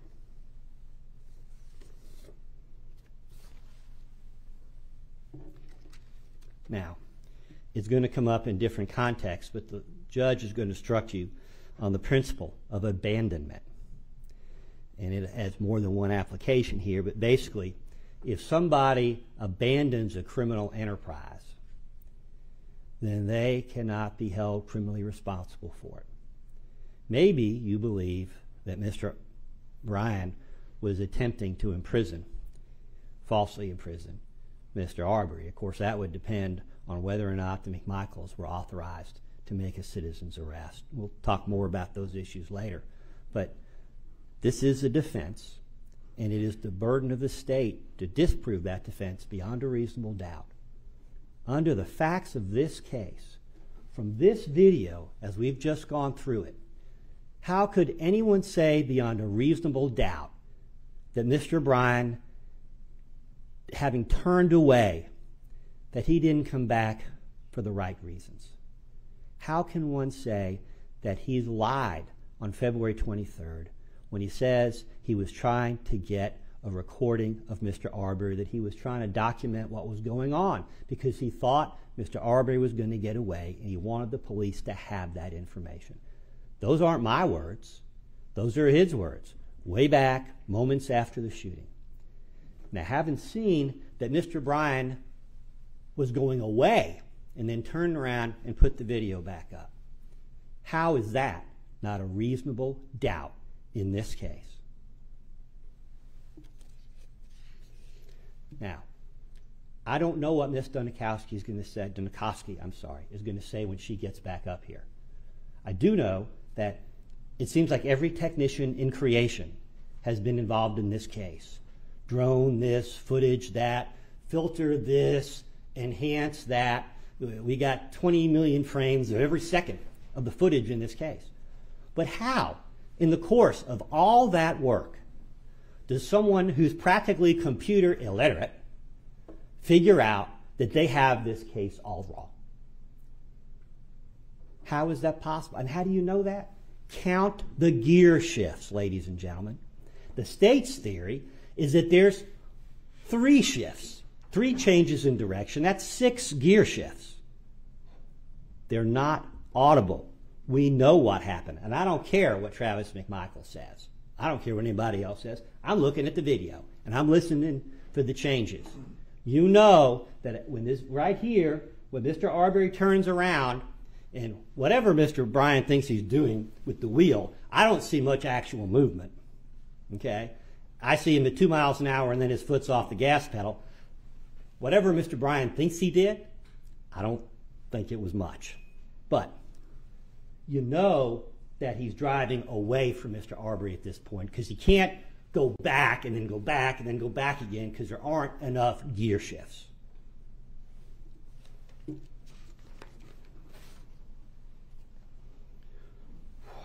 All right, I think we're done with that one. I want to talk to you about felony murder. Now, there are more capable lawyers than I in this courtroom, and they certainly have come up with great ways to analyze all these things that make it simple. I'm just not quite as adept as they are. So if I take a little longer, I apologize. The predicate offenses for the felony murder counts, those are counts 2, 3, 4, and 5, or counts 6, 7, 8, and 9. And I will address each of the underlying or predicate felonies in a moment. But right now I want to talk about something called proximate cause. Because to support any of the felony murder counts in this case, there has to be a causal relationship to the death of Ahmaud Arbery. And there is no such relationship in this case. Without trying to put words in the court's mouth, I think the court's going to charge you. I'm not there yet. You may find the defendant guilty of felony murder if you believe that Mr. Bryan caused the death of Mr. Arbery, regardless of whether Mr. Bryan intended the death to occur. That's felony murder. There must be some causal connection between the felony and the death. The court, I believe, will instruct you that felony murder is not established simply because the death occurred at the same time or shortly after the felony was attempted or committed. The burden on the state is much greater. The felony must have been directly caused, or must have directly caused the death, or played both a substantial and necessary part in causing the death. In this case, you may also consider whether any intervening act, those are my words, whether on the part of the McMichaels or Mr. Arbery were sufficient to break the causal chain of events.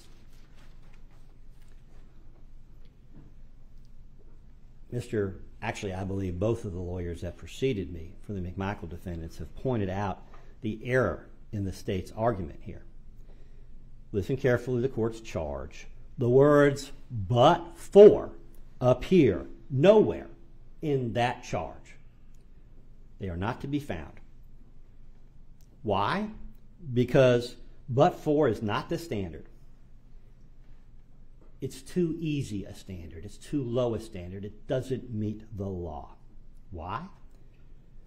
Mr. Sheffield pointed out that but for, I think, Mr. Travis McMichael's grandparents, Travis McMichael wouldn't have been there. Likewise, I would say, but for Roddy Bryan's birth, there's no way that this crime could have taken place under the state's reasoning. You know, the same thing could be said, but for Larry English installing surveillance cameras. The McMichaels would never have known that this was the fellow running by them. But for Matt Albenzi pulling out his wood chipper that day and working in the front yard, he never would have saw Mr. Arbery. But for the actions of Robert Rash and Diego Perez, this incident might not have happened. But for Mr. Albenzi calling the normal police number instead of 911, the police might have responded faster and things might have been different. But for Mr. Albenzi cutting off the Satilla Drive exit, Mr. Arbery might have escaped. But for 100 different things, all of which had to come together in the exact sequence for this tragedy to take place, it could not have happened. So simply saying that but for Mr. Bryan being there that day, that's not the standard. And the state doesn't even try and meet the standard that the court is going to instruct you on. Now maybe they're just waiting until they have the last word. And all I can say about that is that's just dirty pool. And I certainly hope that's not what's going on. Now, again, with all respect to the state, who have some very capable lawyers, when we look objectively at the events of February 23rd, I would respectfully submit to you that Roddy Bryan's presence is absolutely superfluous and irrelevant to the tragic death of Ahmaud Arbery. Now that may not be intuitively obvious, but if you think about it, I believe you'll agree. Had Roddy Bryan stayed in bed that day, if Roddy Bryan had stayed on his front porch, would Ahmaud Arbery be alive today? If the state's theory is that these men, and I'm not saying that's the case, you decide what the deal is with the co-defendants, but if the theory is that these men were vigilantes and harbored some ill will towards Mr. Arbery, then what difference does it make whether Roddy Bryan is there or not? Mr. Arbery can't outrun bullets. They've been chasing him for a while, and he's at practically point-blank range even before he comes around the truck. The problem is, for the state, that Mr. Albenzi, thankfully not indicted, not yet anyway, Mr. Albenzi is down the street with his firearm. Roddy Bryan doesn't know that. That's why Roddy Bryan goes down Satilla momentarily as Mr. Bryan is turning up the road. You'll remember the testimony where the state was trying to say that Mr. Bryan was trying to run him over, when in fact Mr. Arbery had already turned up Holmes by the time Mr. Bryan put his car in reverse. One of them, several times, they incorrectly stated he was trying to run Mr. Arbery over. The reason that Mr. Bryan is continuing down Satilla is he doesn't know that Mr. Albenzi is there. He can't. But Mr. Arbery does, which is why Mr. Arbery is not going to go down that way. Now, my point to you is Mr. Arbery is on foot. The McMichaels are in a pickup truck. We know they circle around all the way up Zellwood to the top of Holmes.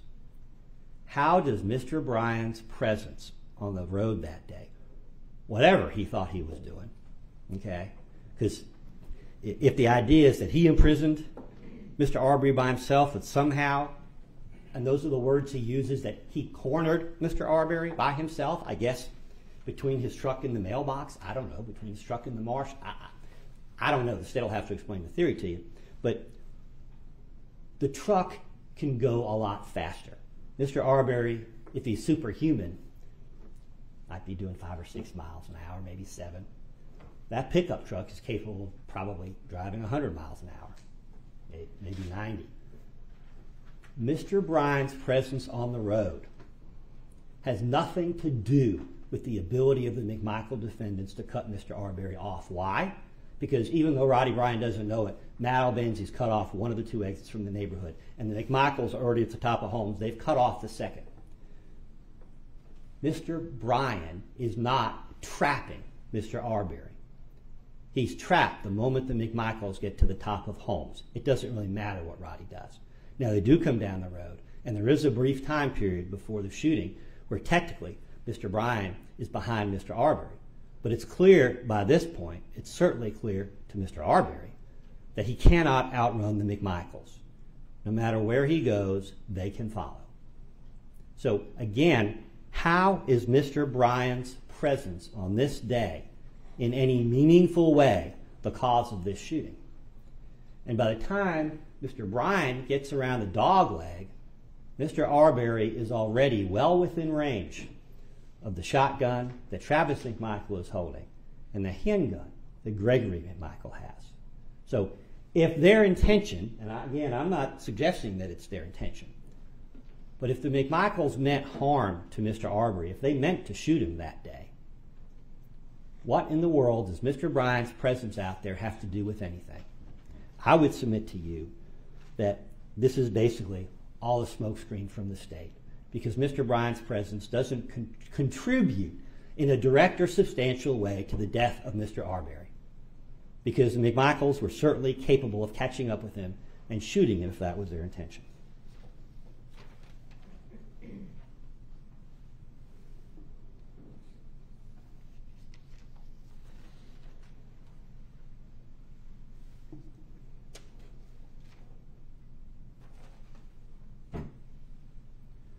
One more proximate cause issue I want to discuss on these 4 felony murder counts, because it's basically the same issue. And the issue, the principle is one of intervening acts. The judge is going to instruct you that the causation must be direct and it must be substantial. And although the charge doesn't use the words, essentially it must be unbroken.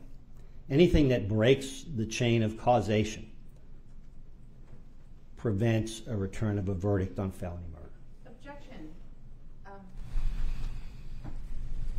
Obviously there's an issue. That is. Mr. Goff, if we could please, if you were going to make representation with regard to the law that will be charged to the jury, yes, if we could remain within the charge that has already been approved by the court and that will be read by the court. Let me, thank you, Your Honor.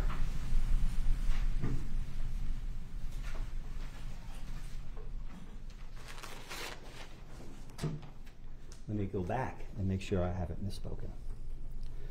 The court is going to charge you, I believe, that the felony must have directly caused the death or played a substantial and necessary part in causing the death. In this case, what I'm suggesting to you is that if either the actions of Mr. Arbery or the actions of Travis McMichael or the actions of both contributed to Mr. Arbery's death, then Mr. Bryan cannot be the direct, the substantial, and the necessary cause of that death. What am I talking about? I think it's already been referenced. I could be wrong. I don't want to misspeak.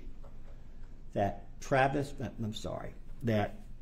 Ahmaud Arbery turns in front of the vehicle at the white pickup truck at the last moment and basically meets Travis McMichael in the front of the truck. We can't see in front of the truck, but we know that's where they are.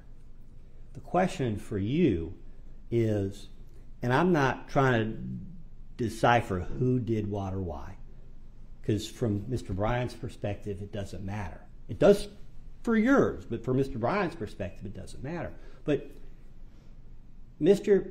Arbery's decision at that last moment to turn left instead of right, as Mr. Bryan would have expected, as you can tell from the way he's angling his phone, anticipating Mr. Arbery's path of travel, when Mr. Arbery turns to the left, does that not break the causal chain in this case? I would submit that it does. Whether Mr. Arbery is justified in turning and coming at Mr. McMichael or not, that's for you to decide. That affects other people in this case. But Mr. Bryan is not responsible for that. That breaks the chain. The causal chain is no longer substantial and necessary. It's no longer direct. Likewise, when Mr. Travis McMichael closes the distance from to the left of the truck as you're looking at it on the screen towards the middle of the truck, or exactly where, I'll let y'all figure that out. But when Travis McMichael does that, regardless of whether Travis McMichael is justified in doing so, doesn't that also break the direct causation? Does it not also break the substantial and necessary part of Mr. Bryan in causing the death of Mr. Arbery. I would submit to you that Mr. Bryan cannot be the direct and substantial and necessary cause of Mr. Arbery's death. Whether that is the fault, for lack of a better phrase, of Mr. McMichael, the fault of Mr. Arbery, or the fault of both, or simply without any fault on either part, an unavoidable tragedy, why should Roddy Bryan be held responsible for that? I would submit to you under the law that Mr. Bryan cannot be guilty of any of the felony murder counts for that reason alone. All right, we're to count 6. Count 6 alleges aggravated assault by shooting. Now, we know that Roddy Bryan did not shoot Mr. Arbery. The theory here is parties to a crime. And again, how can Mr. Bryan intentionally help commit a crime that he has no reason to believe is about to take place? When did Mr. Bryan see the gun?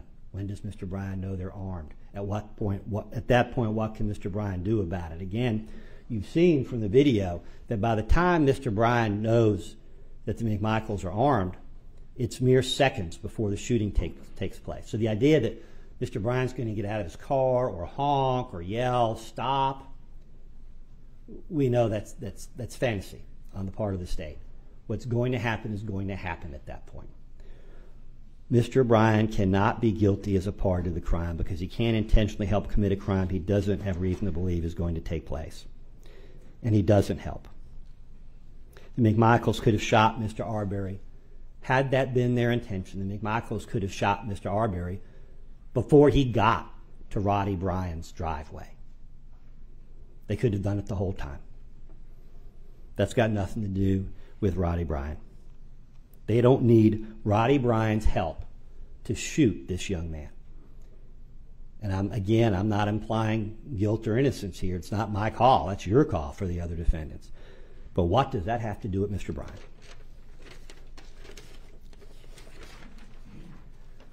That takes us back to aggravated assault, count 7. I've discussed the physical evidence with you before, the lack thereof, and I'm going to go through that just as quickly as I can. I would note that the state presented no rebuttal evidence during the trial of the case. And so the evidence is the same as it was when we first had this conversation. I would submit to you that Roddy Bryan isn't out there like Evel Knievel, tearing up his neighbor's yards. How do we know that? First, where are the pictures of the damage done by his truck tires? There's no evidence of that. Second, there's no evidence neighbors complained or reported destruction. Third, there's no evidence of landscaping material or other material on the underside of his truck.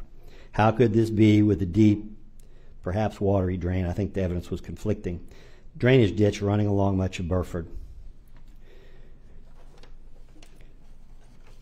Again, the context is key. I believe counsel for one of the McMichaels pointed the same thing out, basically. How hard can it be to evade and elude someone who can't go off-road without doing more damage than the neighbors would allow?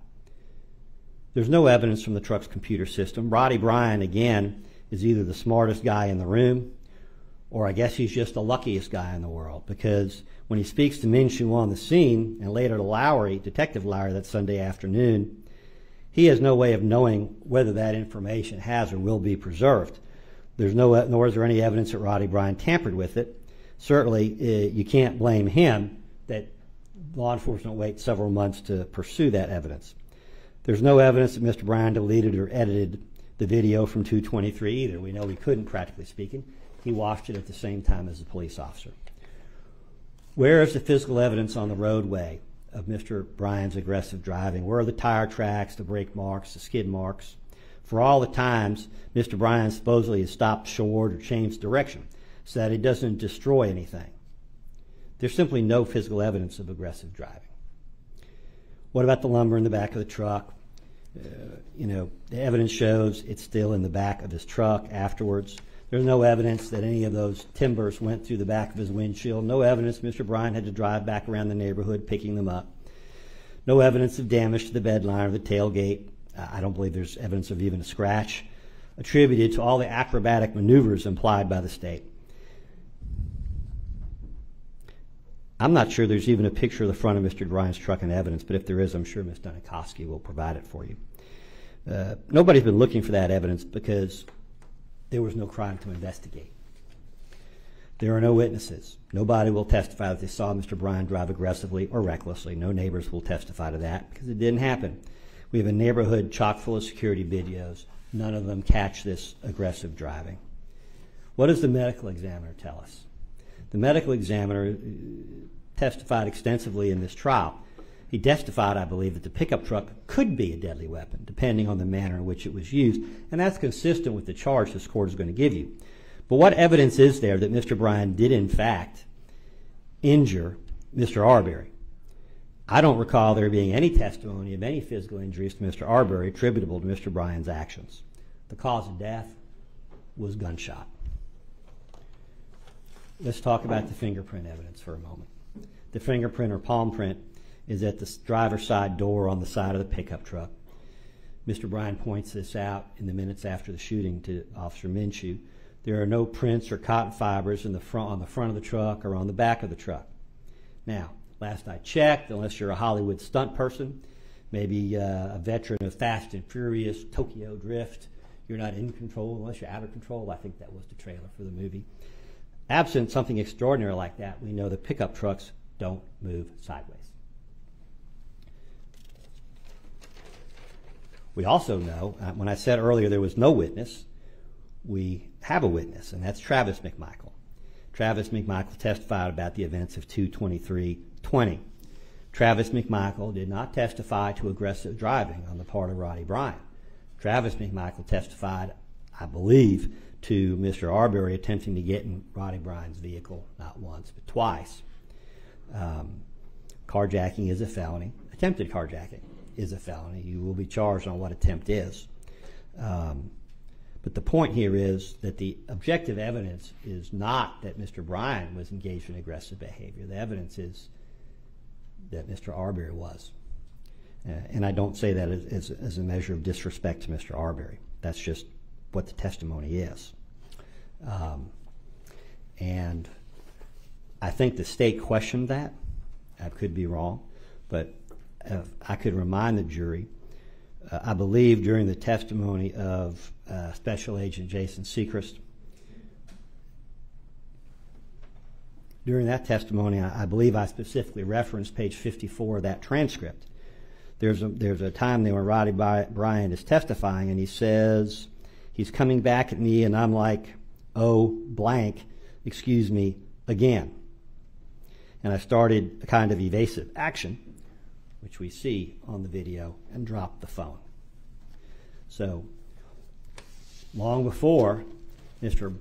Bryant has any reason to believe that anybody else has seen this, he's provided that information.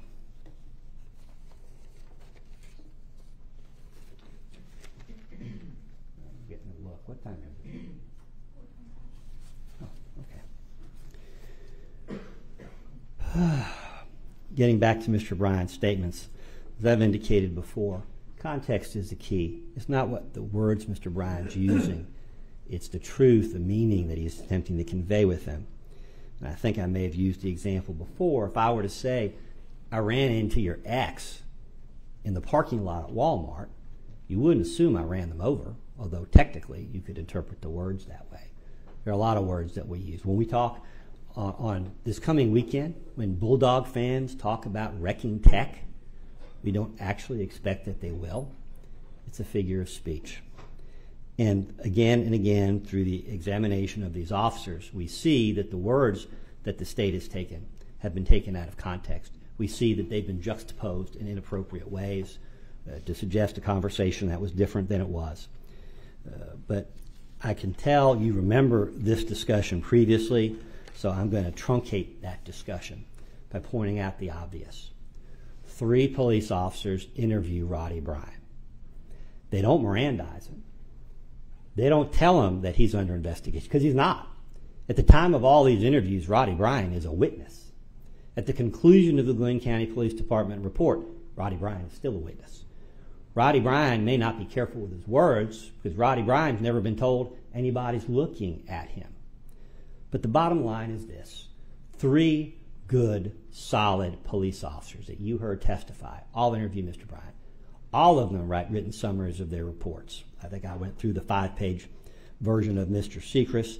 I think I went through the versions of the other officers, not the transcripts, but their actual summaries. 3 police officers who know exactly what they're doing interview Mr. Bryan. None of them interpret his words to suggest that he committed an aggravated assault. None of them interpret his words to suggest that he was involved in any false imprisonment. None of them hear that in what he says. And I would humbly suggest to you that if 3 police officers interview Mr. Bryan for what turns out to be a total of hours, okay, you remember we had an argument about how long the transcripts were and what that would mean. I don't care how you break it down. 3 experienced police officers interviewing Mr. Bryan. None of them summarized for their superiors that Mr. Bryan attempted to run over Mr. Arbery, attempted to strike Mr. Arbery, or attempted to imprison Mr. Arbery. It's not there. And if that isn't a reasonable doubt on count 7 aggravated assault, I just don't know what it would be.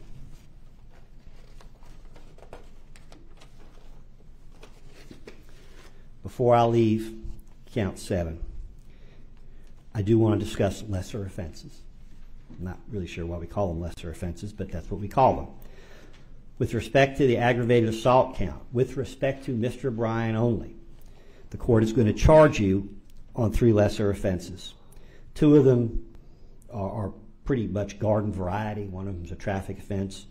We'll leave those for your consideration. The 3rd one I do want to discuss, however, that is reckless conduct. We don't see that one as often, so let me take a minute and discuss that. In reckless conduct, that offense is committed when a person commits reckless conduct when that person endangers the bodily safety of another person by consciously disregarding a substantial and unjustifiable risk that his act or omission will cause harm or endanger the safety of the other person. And the disregard constitutes a gross deviation from the standard of care which a reasonable person would exercise. I would suggest to you that Mr. Bryan did not consciously disregard a substantial unjustifiable risk in operating his motor vehicle. We would submit to you that Mr. Bryan did not commit any offense in the operation of his motor vehicle.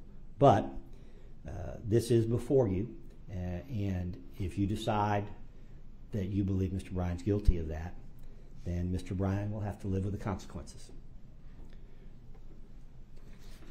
We have 2 counts left, and Your Honor, I'm getting a look, and I don't know whether that means from whom. I think the jury might want a break. It's there. That's up to them. Head shaking no. Okay. Well, then that's the answer. Sometimes when people are shaking their heads, you don't know what they mean. All right. Sometimes people are shaking their heads. Yeah, he's crazy. I get it. All right. Let's talk a little bit about false imprisonment. Mr. Bryan never denied following Mr. Arbery. Mr. Bryan has never denied, quote unquote, angling his vehicle ahead of Mr. Arbery, although he did not use the words in the first interview as the state had suggested. He did use that word subsequently. Mr. Bryan's never denied blocking Mr. Arbery's path of travel. He's never denied cutting in ahead of Mr. Arbery. He's admitted that he did that several times, but as to exactly how many times or where or when, I believe the state acknowledged in their opening that they really didn't know the path of travel. It is essentially speculation.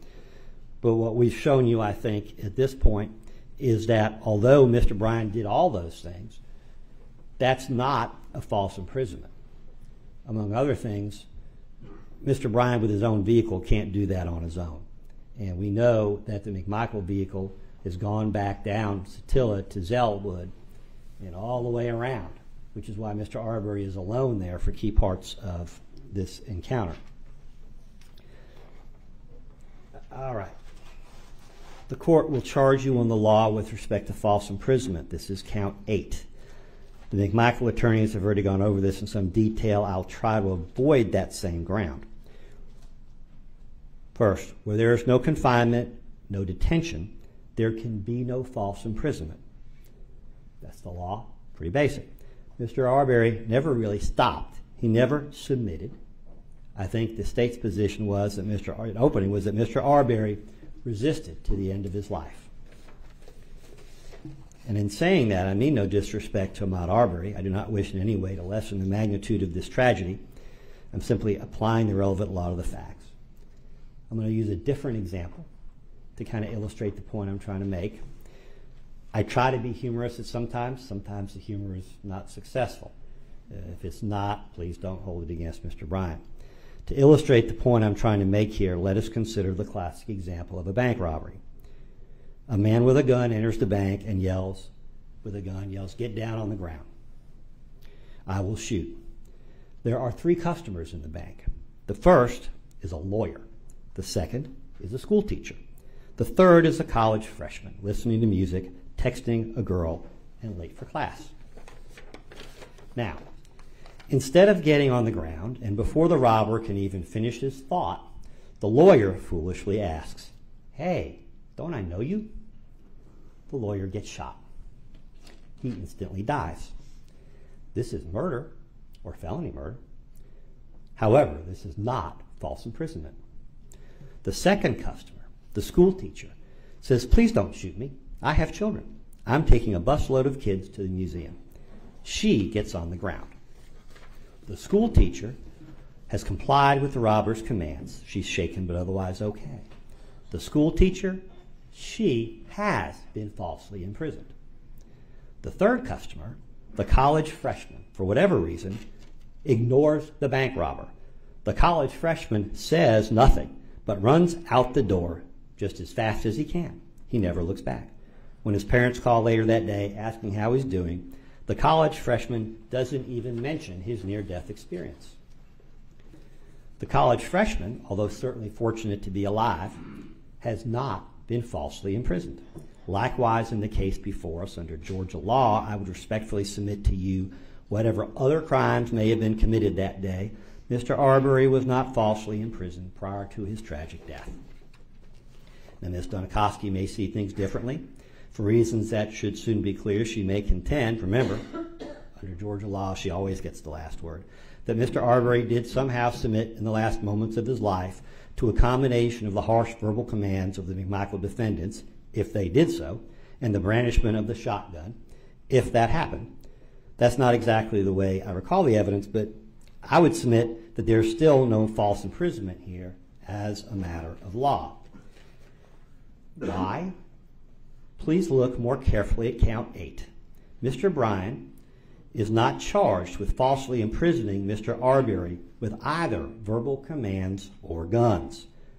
That is not how the indictment reads. It alleges that Mr. Arbery was confined and detained, quote unquote, using said pickup trucks. The Cobb County District Attorney, I would suggest that you should hold them to that language.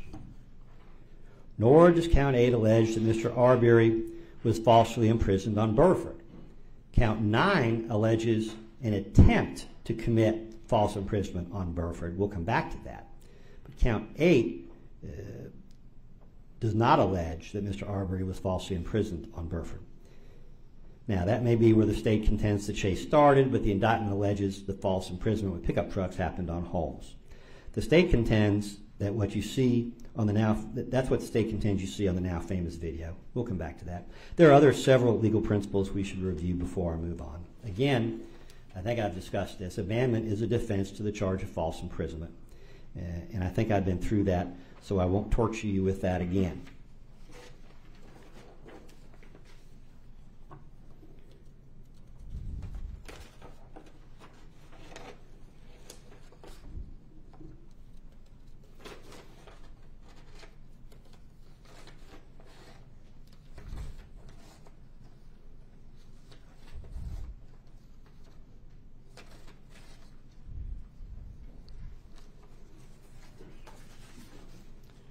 We're getting there.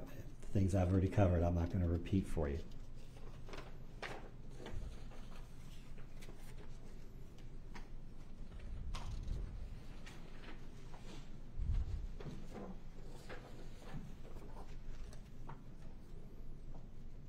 All right.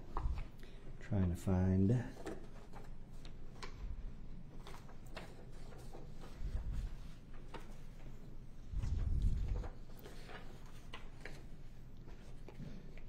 We've covered that.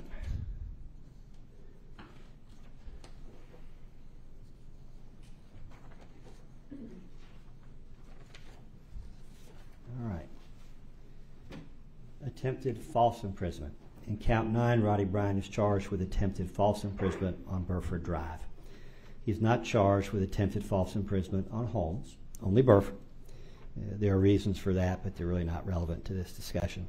The court will charge you that in order to commit the crime of criminal attempt to commit false imprisonment, the state must prove intent to commit false imprisonment, because that's required to be a party to the crime. In other words, to prove an attempt, which is what is known as an inchoate crime, the state must show Mr. Bryan's specific intent to falsely imprison Arbery. In other words, for the attempt charge, Mr. Bryan would have to know that the McMichaels with whom he had not spoken lacked probable cause. Now, whether you ultimately determine that the McMichaels had probable cause or that Mr. Bryan had it on his own, there obviously was some considerable testimony about his trailer being taken, something taken out of a family member's truck. He had indicated he got the security system because of concerns. He had heard a bunch of stuff at work. But specifically with respect to the McMichaels, because he's not spoken to the McMichaels, he can't have the specific intent to help them falsely imprison Mr. Arbery. It's just a quirk of the law that he can't be convicted on that basis. Now, almost done. When I go home this evening to 174 St. Clair, I will be sleeping soundly for the first time in a while, because this case hopefully will have been submitted to you by then, and my work will be done. Ms. Dunikowski is going to get the last word. I ask yourselves to ask the questions that I will not be able to. Please don't allow any more cheap shots. No more gotcha moments in this case. You will recall the state, I believe that was Ms. Dunikowski, playing the video of a utility truck stopping at the English residence, and the guy jumps out to use the porta potty, which was relevant to absolutely nothing other than Ms. Dunikowski's desire to reinforce for you the fact that Mr. Arbery was dead. That was clearly inappropriate. It was what I call a gotcha moment, and I would submit there's already been too much of it. You know, we've had professional witnesses come in here trying to tell you who you should believe. Again, please no more cheap shots in closing. And then, of course, we have the state talking about the death penalty for theft, for which they were admonished by the court. Now, I'm not trying to rub it in, but I would suggest to you that given all of the cheap shots and all of the misstatements, I won't say they're knowing, we won't be jumping any assumptions, but given all the cheap shots in this case against Mr. Bryan, I would hope that when Ms. Dunikowski has the last word here, that you will hold her accountable and that you will not accept or tolerate any more cheap shots when I have no opportunity to respond.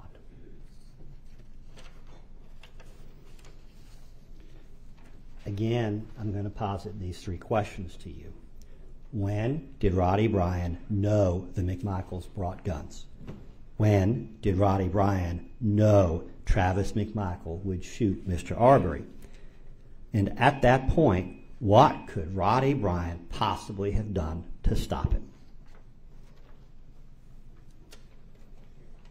Mr. Bryan put his faith in the Glenn County Police Department, and then he put his faith in the GBI. He put his trust in law enforcement. He put his trust in our government to do the right thing by him. His trust was not rewarded, and now he finds himself before you. We place Roddy Bryan's fate in your hands. We ask you to return a verdict of not guilty on all counts. I ask you to send Roddy Bryan home. Thank you.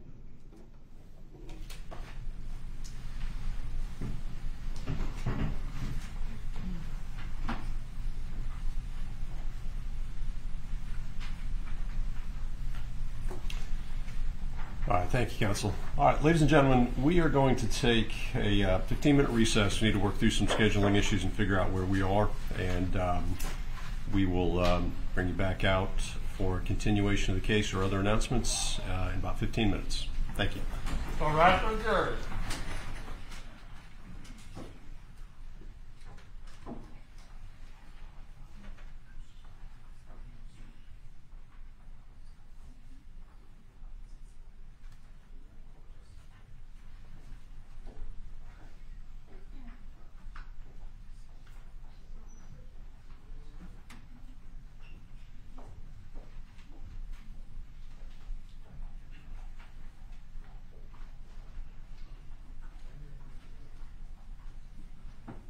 Seated.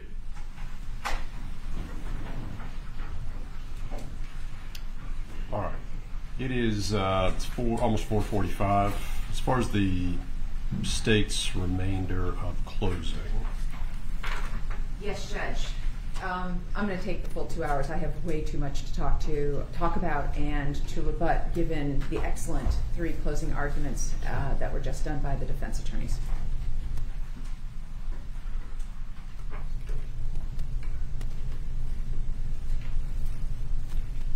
From counsel. Yeah, Your Honor, thank you. We're ready to hear it. We're hopeful to hear and complete closings tonight. It seems like the jury wants to keep going. And we're prepared to stay and listen attentively and I guess then do charge in the morning. That's the position of Greg McMichael as well. They do seem to want to continue on, and you said they've been very actively engaged in wanting to keep this process moving. I watched 12 through that. 12 seemed actually quite attentive. Yes, agreed. Agreed. All right, I'm going to, unless there's an objection, I might find out if there are any conflicts or issues with them knowing that there are 2 hours potentially of argument and that they won't get the case tonight because the court is going to charge them tomorrow. Okay. Anybody have any objection? No objection to inquiring what the jury wants to do. No objection. No objection, Your Honor. No objection. No objection. Okay. Yeah, we're going to break then. Let me break and we'll make that inquiry. I'll notify counsel of the result of that inquiry.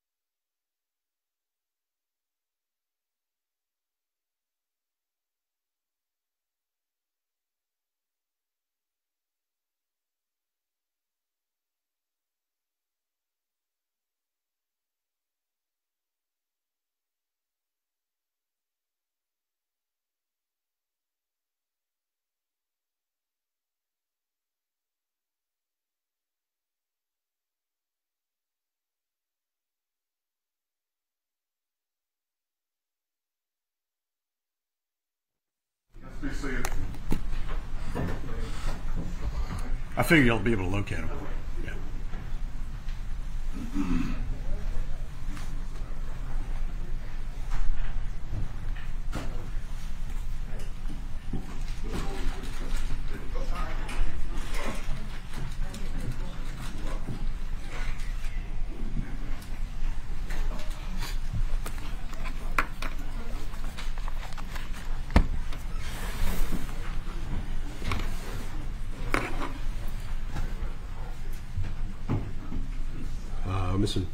Mr.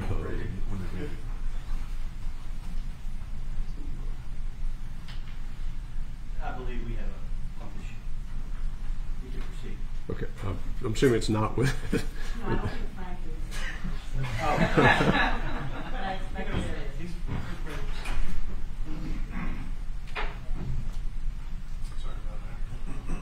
All right, two things.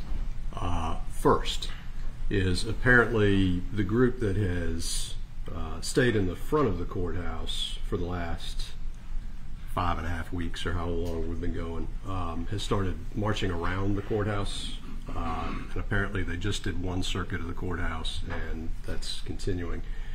Because of that, I've asked the bailiffs to go ahead and move the jury from an exterior deliberation room to an interior deliberation room. So we're going to go ahead and do that just so that there's no issues with the panel and whatever may be going on outside. So that's one. Two is I did address the panel, indicated to them that the state believed it had about 2 hours of argument, that the court would still need to charge the jury before we got into deliberations, and in all probability that charge would occur tomorrow. I left the room, asked that they go ahead and notify the court where they were, and the note that I got back is we would like to leave. So based on that, I'm going to go ahead and break for the day. I'm going to start a little bit earlier tomorrow so we gain a little bit of time, so I'm planning to start at 8:30 tomorrow morning. Start at 8:30 tomorrow morning and continue with closing arguments at that time. Anything from the state? Nothing from the state, except I was informed that this coffin situation that Mr. Goff was talking about did not have the defendants' names on them. They actually had the names of Mr. Arbery and I think George Floyd on them. So for the purposes of the record, and I didn't see this personally, I was informed by my people that it was misrepresented of what names were on these coffins that were being shown outside as if it was somehow the defendant's names, and that's not the case, is what I've been informed, just for the record. I did ask the sheriff if that was the case. I haven't seen them, and so I'm only relying on what I'm being told, so I wasn't going to spend a lot of time on the record, but that's consistent with what I was told. Again, I didn't see them. There's nothing before the court. I'm just basing this on representations made by counsel and what I've been told by the sheriff's department. In addition, I only have one other issue that I think needs to be taken up as sidebar, if we could approach about that at some point. Is it substantive, logistics? Because with the defendants, is it something I need the defendants present for? Why don't you talk to counsel before we do it? Yes, I can talk to Mr. Goff about that. Okay. And counsel about that. Okay. Why don't we, when we break then, let's hold the defendants and let counsel discuss whatever needs to be discussed. Thank you, Judge. See what happens. One last thing. When their jurors are leaving today, if there is this commotion, I expect you've got this all covered, but... Then discuss with the sheriff's department, and there's a plan in place so that, to my satisfaction, I don't believe there will be any issues. Okay, and so that you and I are using the same idea when we talk about issues, surely that I understand that their safety would be protected. Will they actually be aware, however, of what's been going on as they leave? Let's go ahead and talk about this in chambers. In chambers. All right, very good. Thank you, Your Honor. On that note, Your Honor, the issue that we have is making sure that the record is clear that they have heard or haven't. That's number one. Number two, that they don't feel like or made to feel like they're in danger by ushering them into internal rooms, which I understand is necessary, but I worry that the act of doing so creates an issue. Maybe that's not beyond us. A little bit more than. So when I walked in, I could hear some noise outside. It's muffled. You can't really hear it. but I was listening for it because it was the first time I've been in that room during really the proceedings. Okay. I heard something and did in fact say, "Oh, have y'all been hearing this?" And the response was, "Oh, we just heard that." That's it. So no, and it's muffled. You can't actually hear what it is. You just hear there's a commotion. What I heard was just it.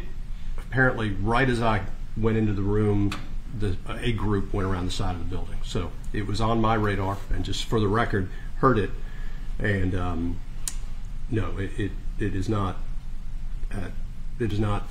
I understand the concern, and I'm understanding where we are with the case. I thought I'd put it on the record simply to say, here's what we're doing. But no, they're not being moved because there's a commotion outside.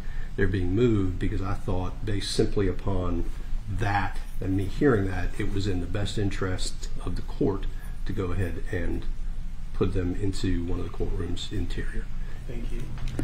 Also, if the court could put in place something to prevent during deliberation people walking around the courthouse, it's not a necessary feature of the First Amendment that they walk on all four sides of the courthouse to make their First Amendment speech heard and known.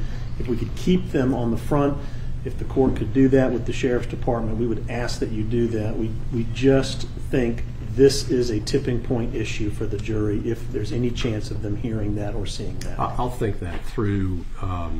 Candidly, I have some concerns about doing that, only that any action of the court or the Sheriff's Department generally is met with some type of reaction. And I don't want to do that.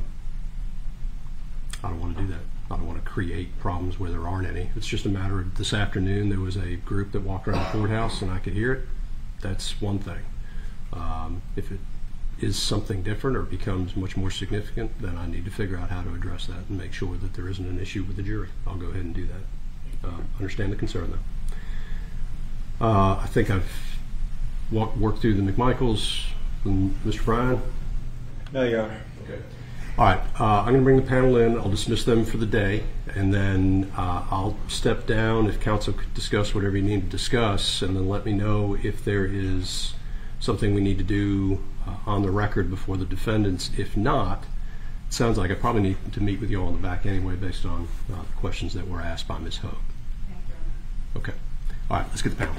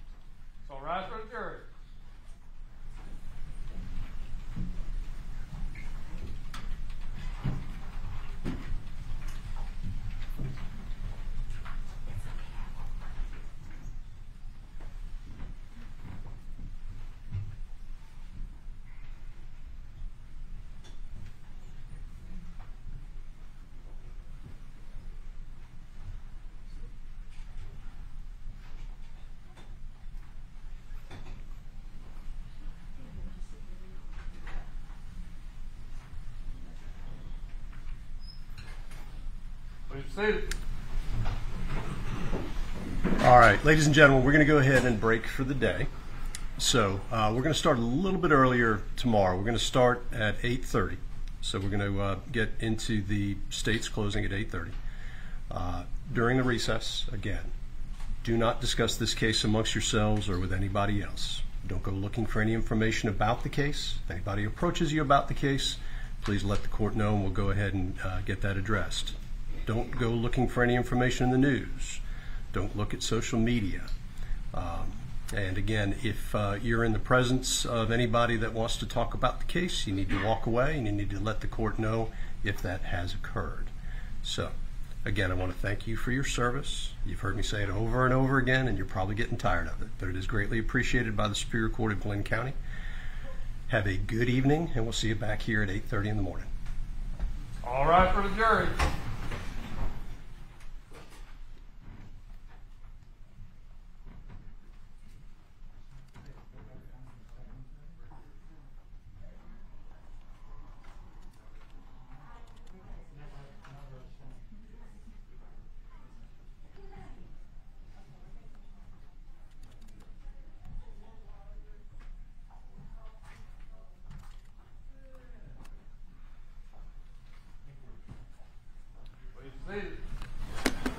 Anything further from the state before we recess? No, just I'll talk to the principal. From Travis and Michael. I think we're going to need to inquire of them in the morning. I think it's imperative. I sense that my feeling is that this is a moment in this case. I'm concerned about our jurors. I know they're tired. I'm seeing some frustration. I'm seeing some head shaking, and I'm worried. And I'm going to ask the court to inquire of them in the morning on the record with us present. We'll go ahead and address that in the morning. Again, the court's indicated where we are with the case. From Greg McMichael. Nothing. Nothing, Your Honor. Well, something. Sorry. We still have to turn this into evidence. The juror 219, the videos that were discussed in the last week of jury selection. Let's do it through notice of filing because it needs to be sealed. I'm happy to do it however you guys do. Just speak louder. Yes, I'm happy to do it however the court tells me to do it. So. Let's do. I need to do a sealing order for it, we just need to do a sealing order for it. Those are the TikTok videos associated with the juror? Got it.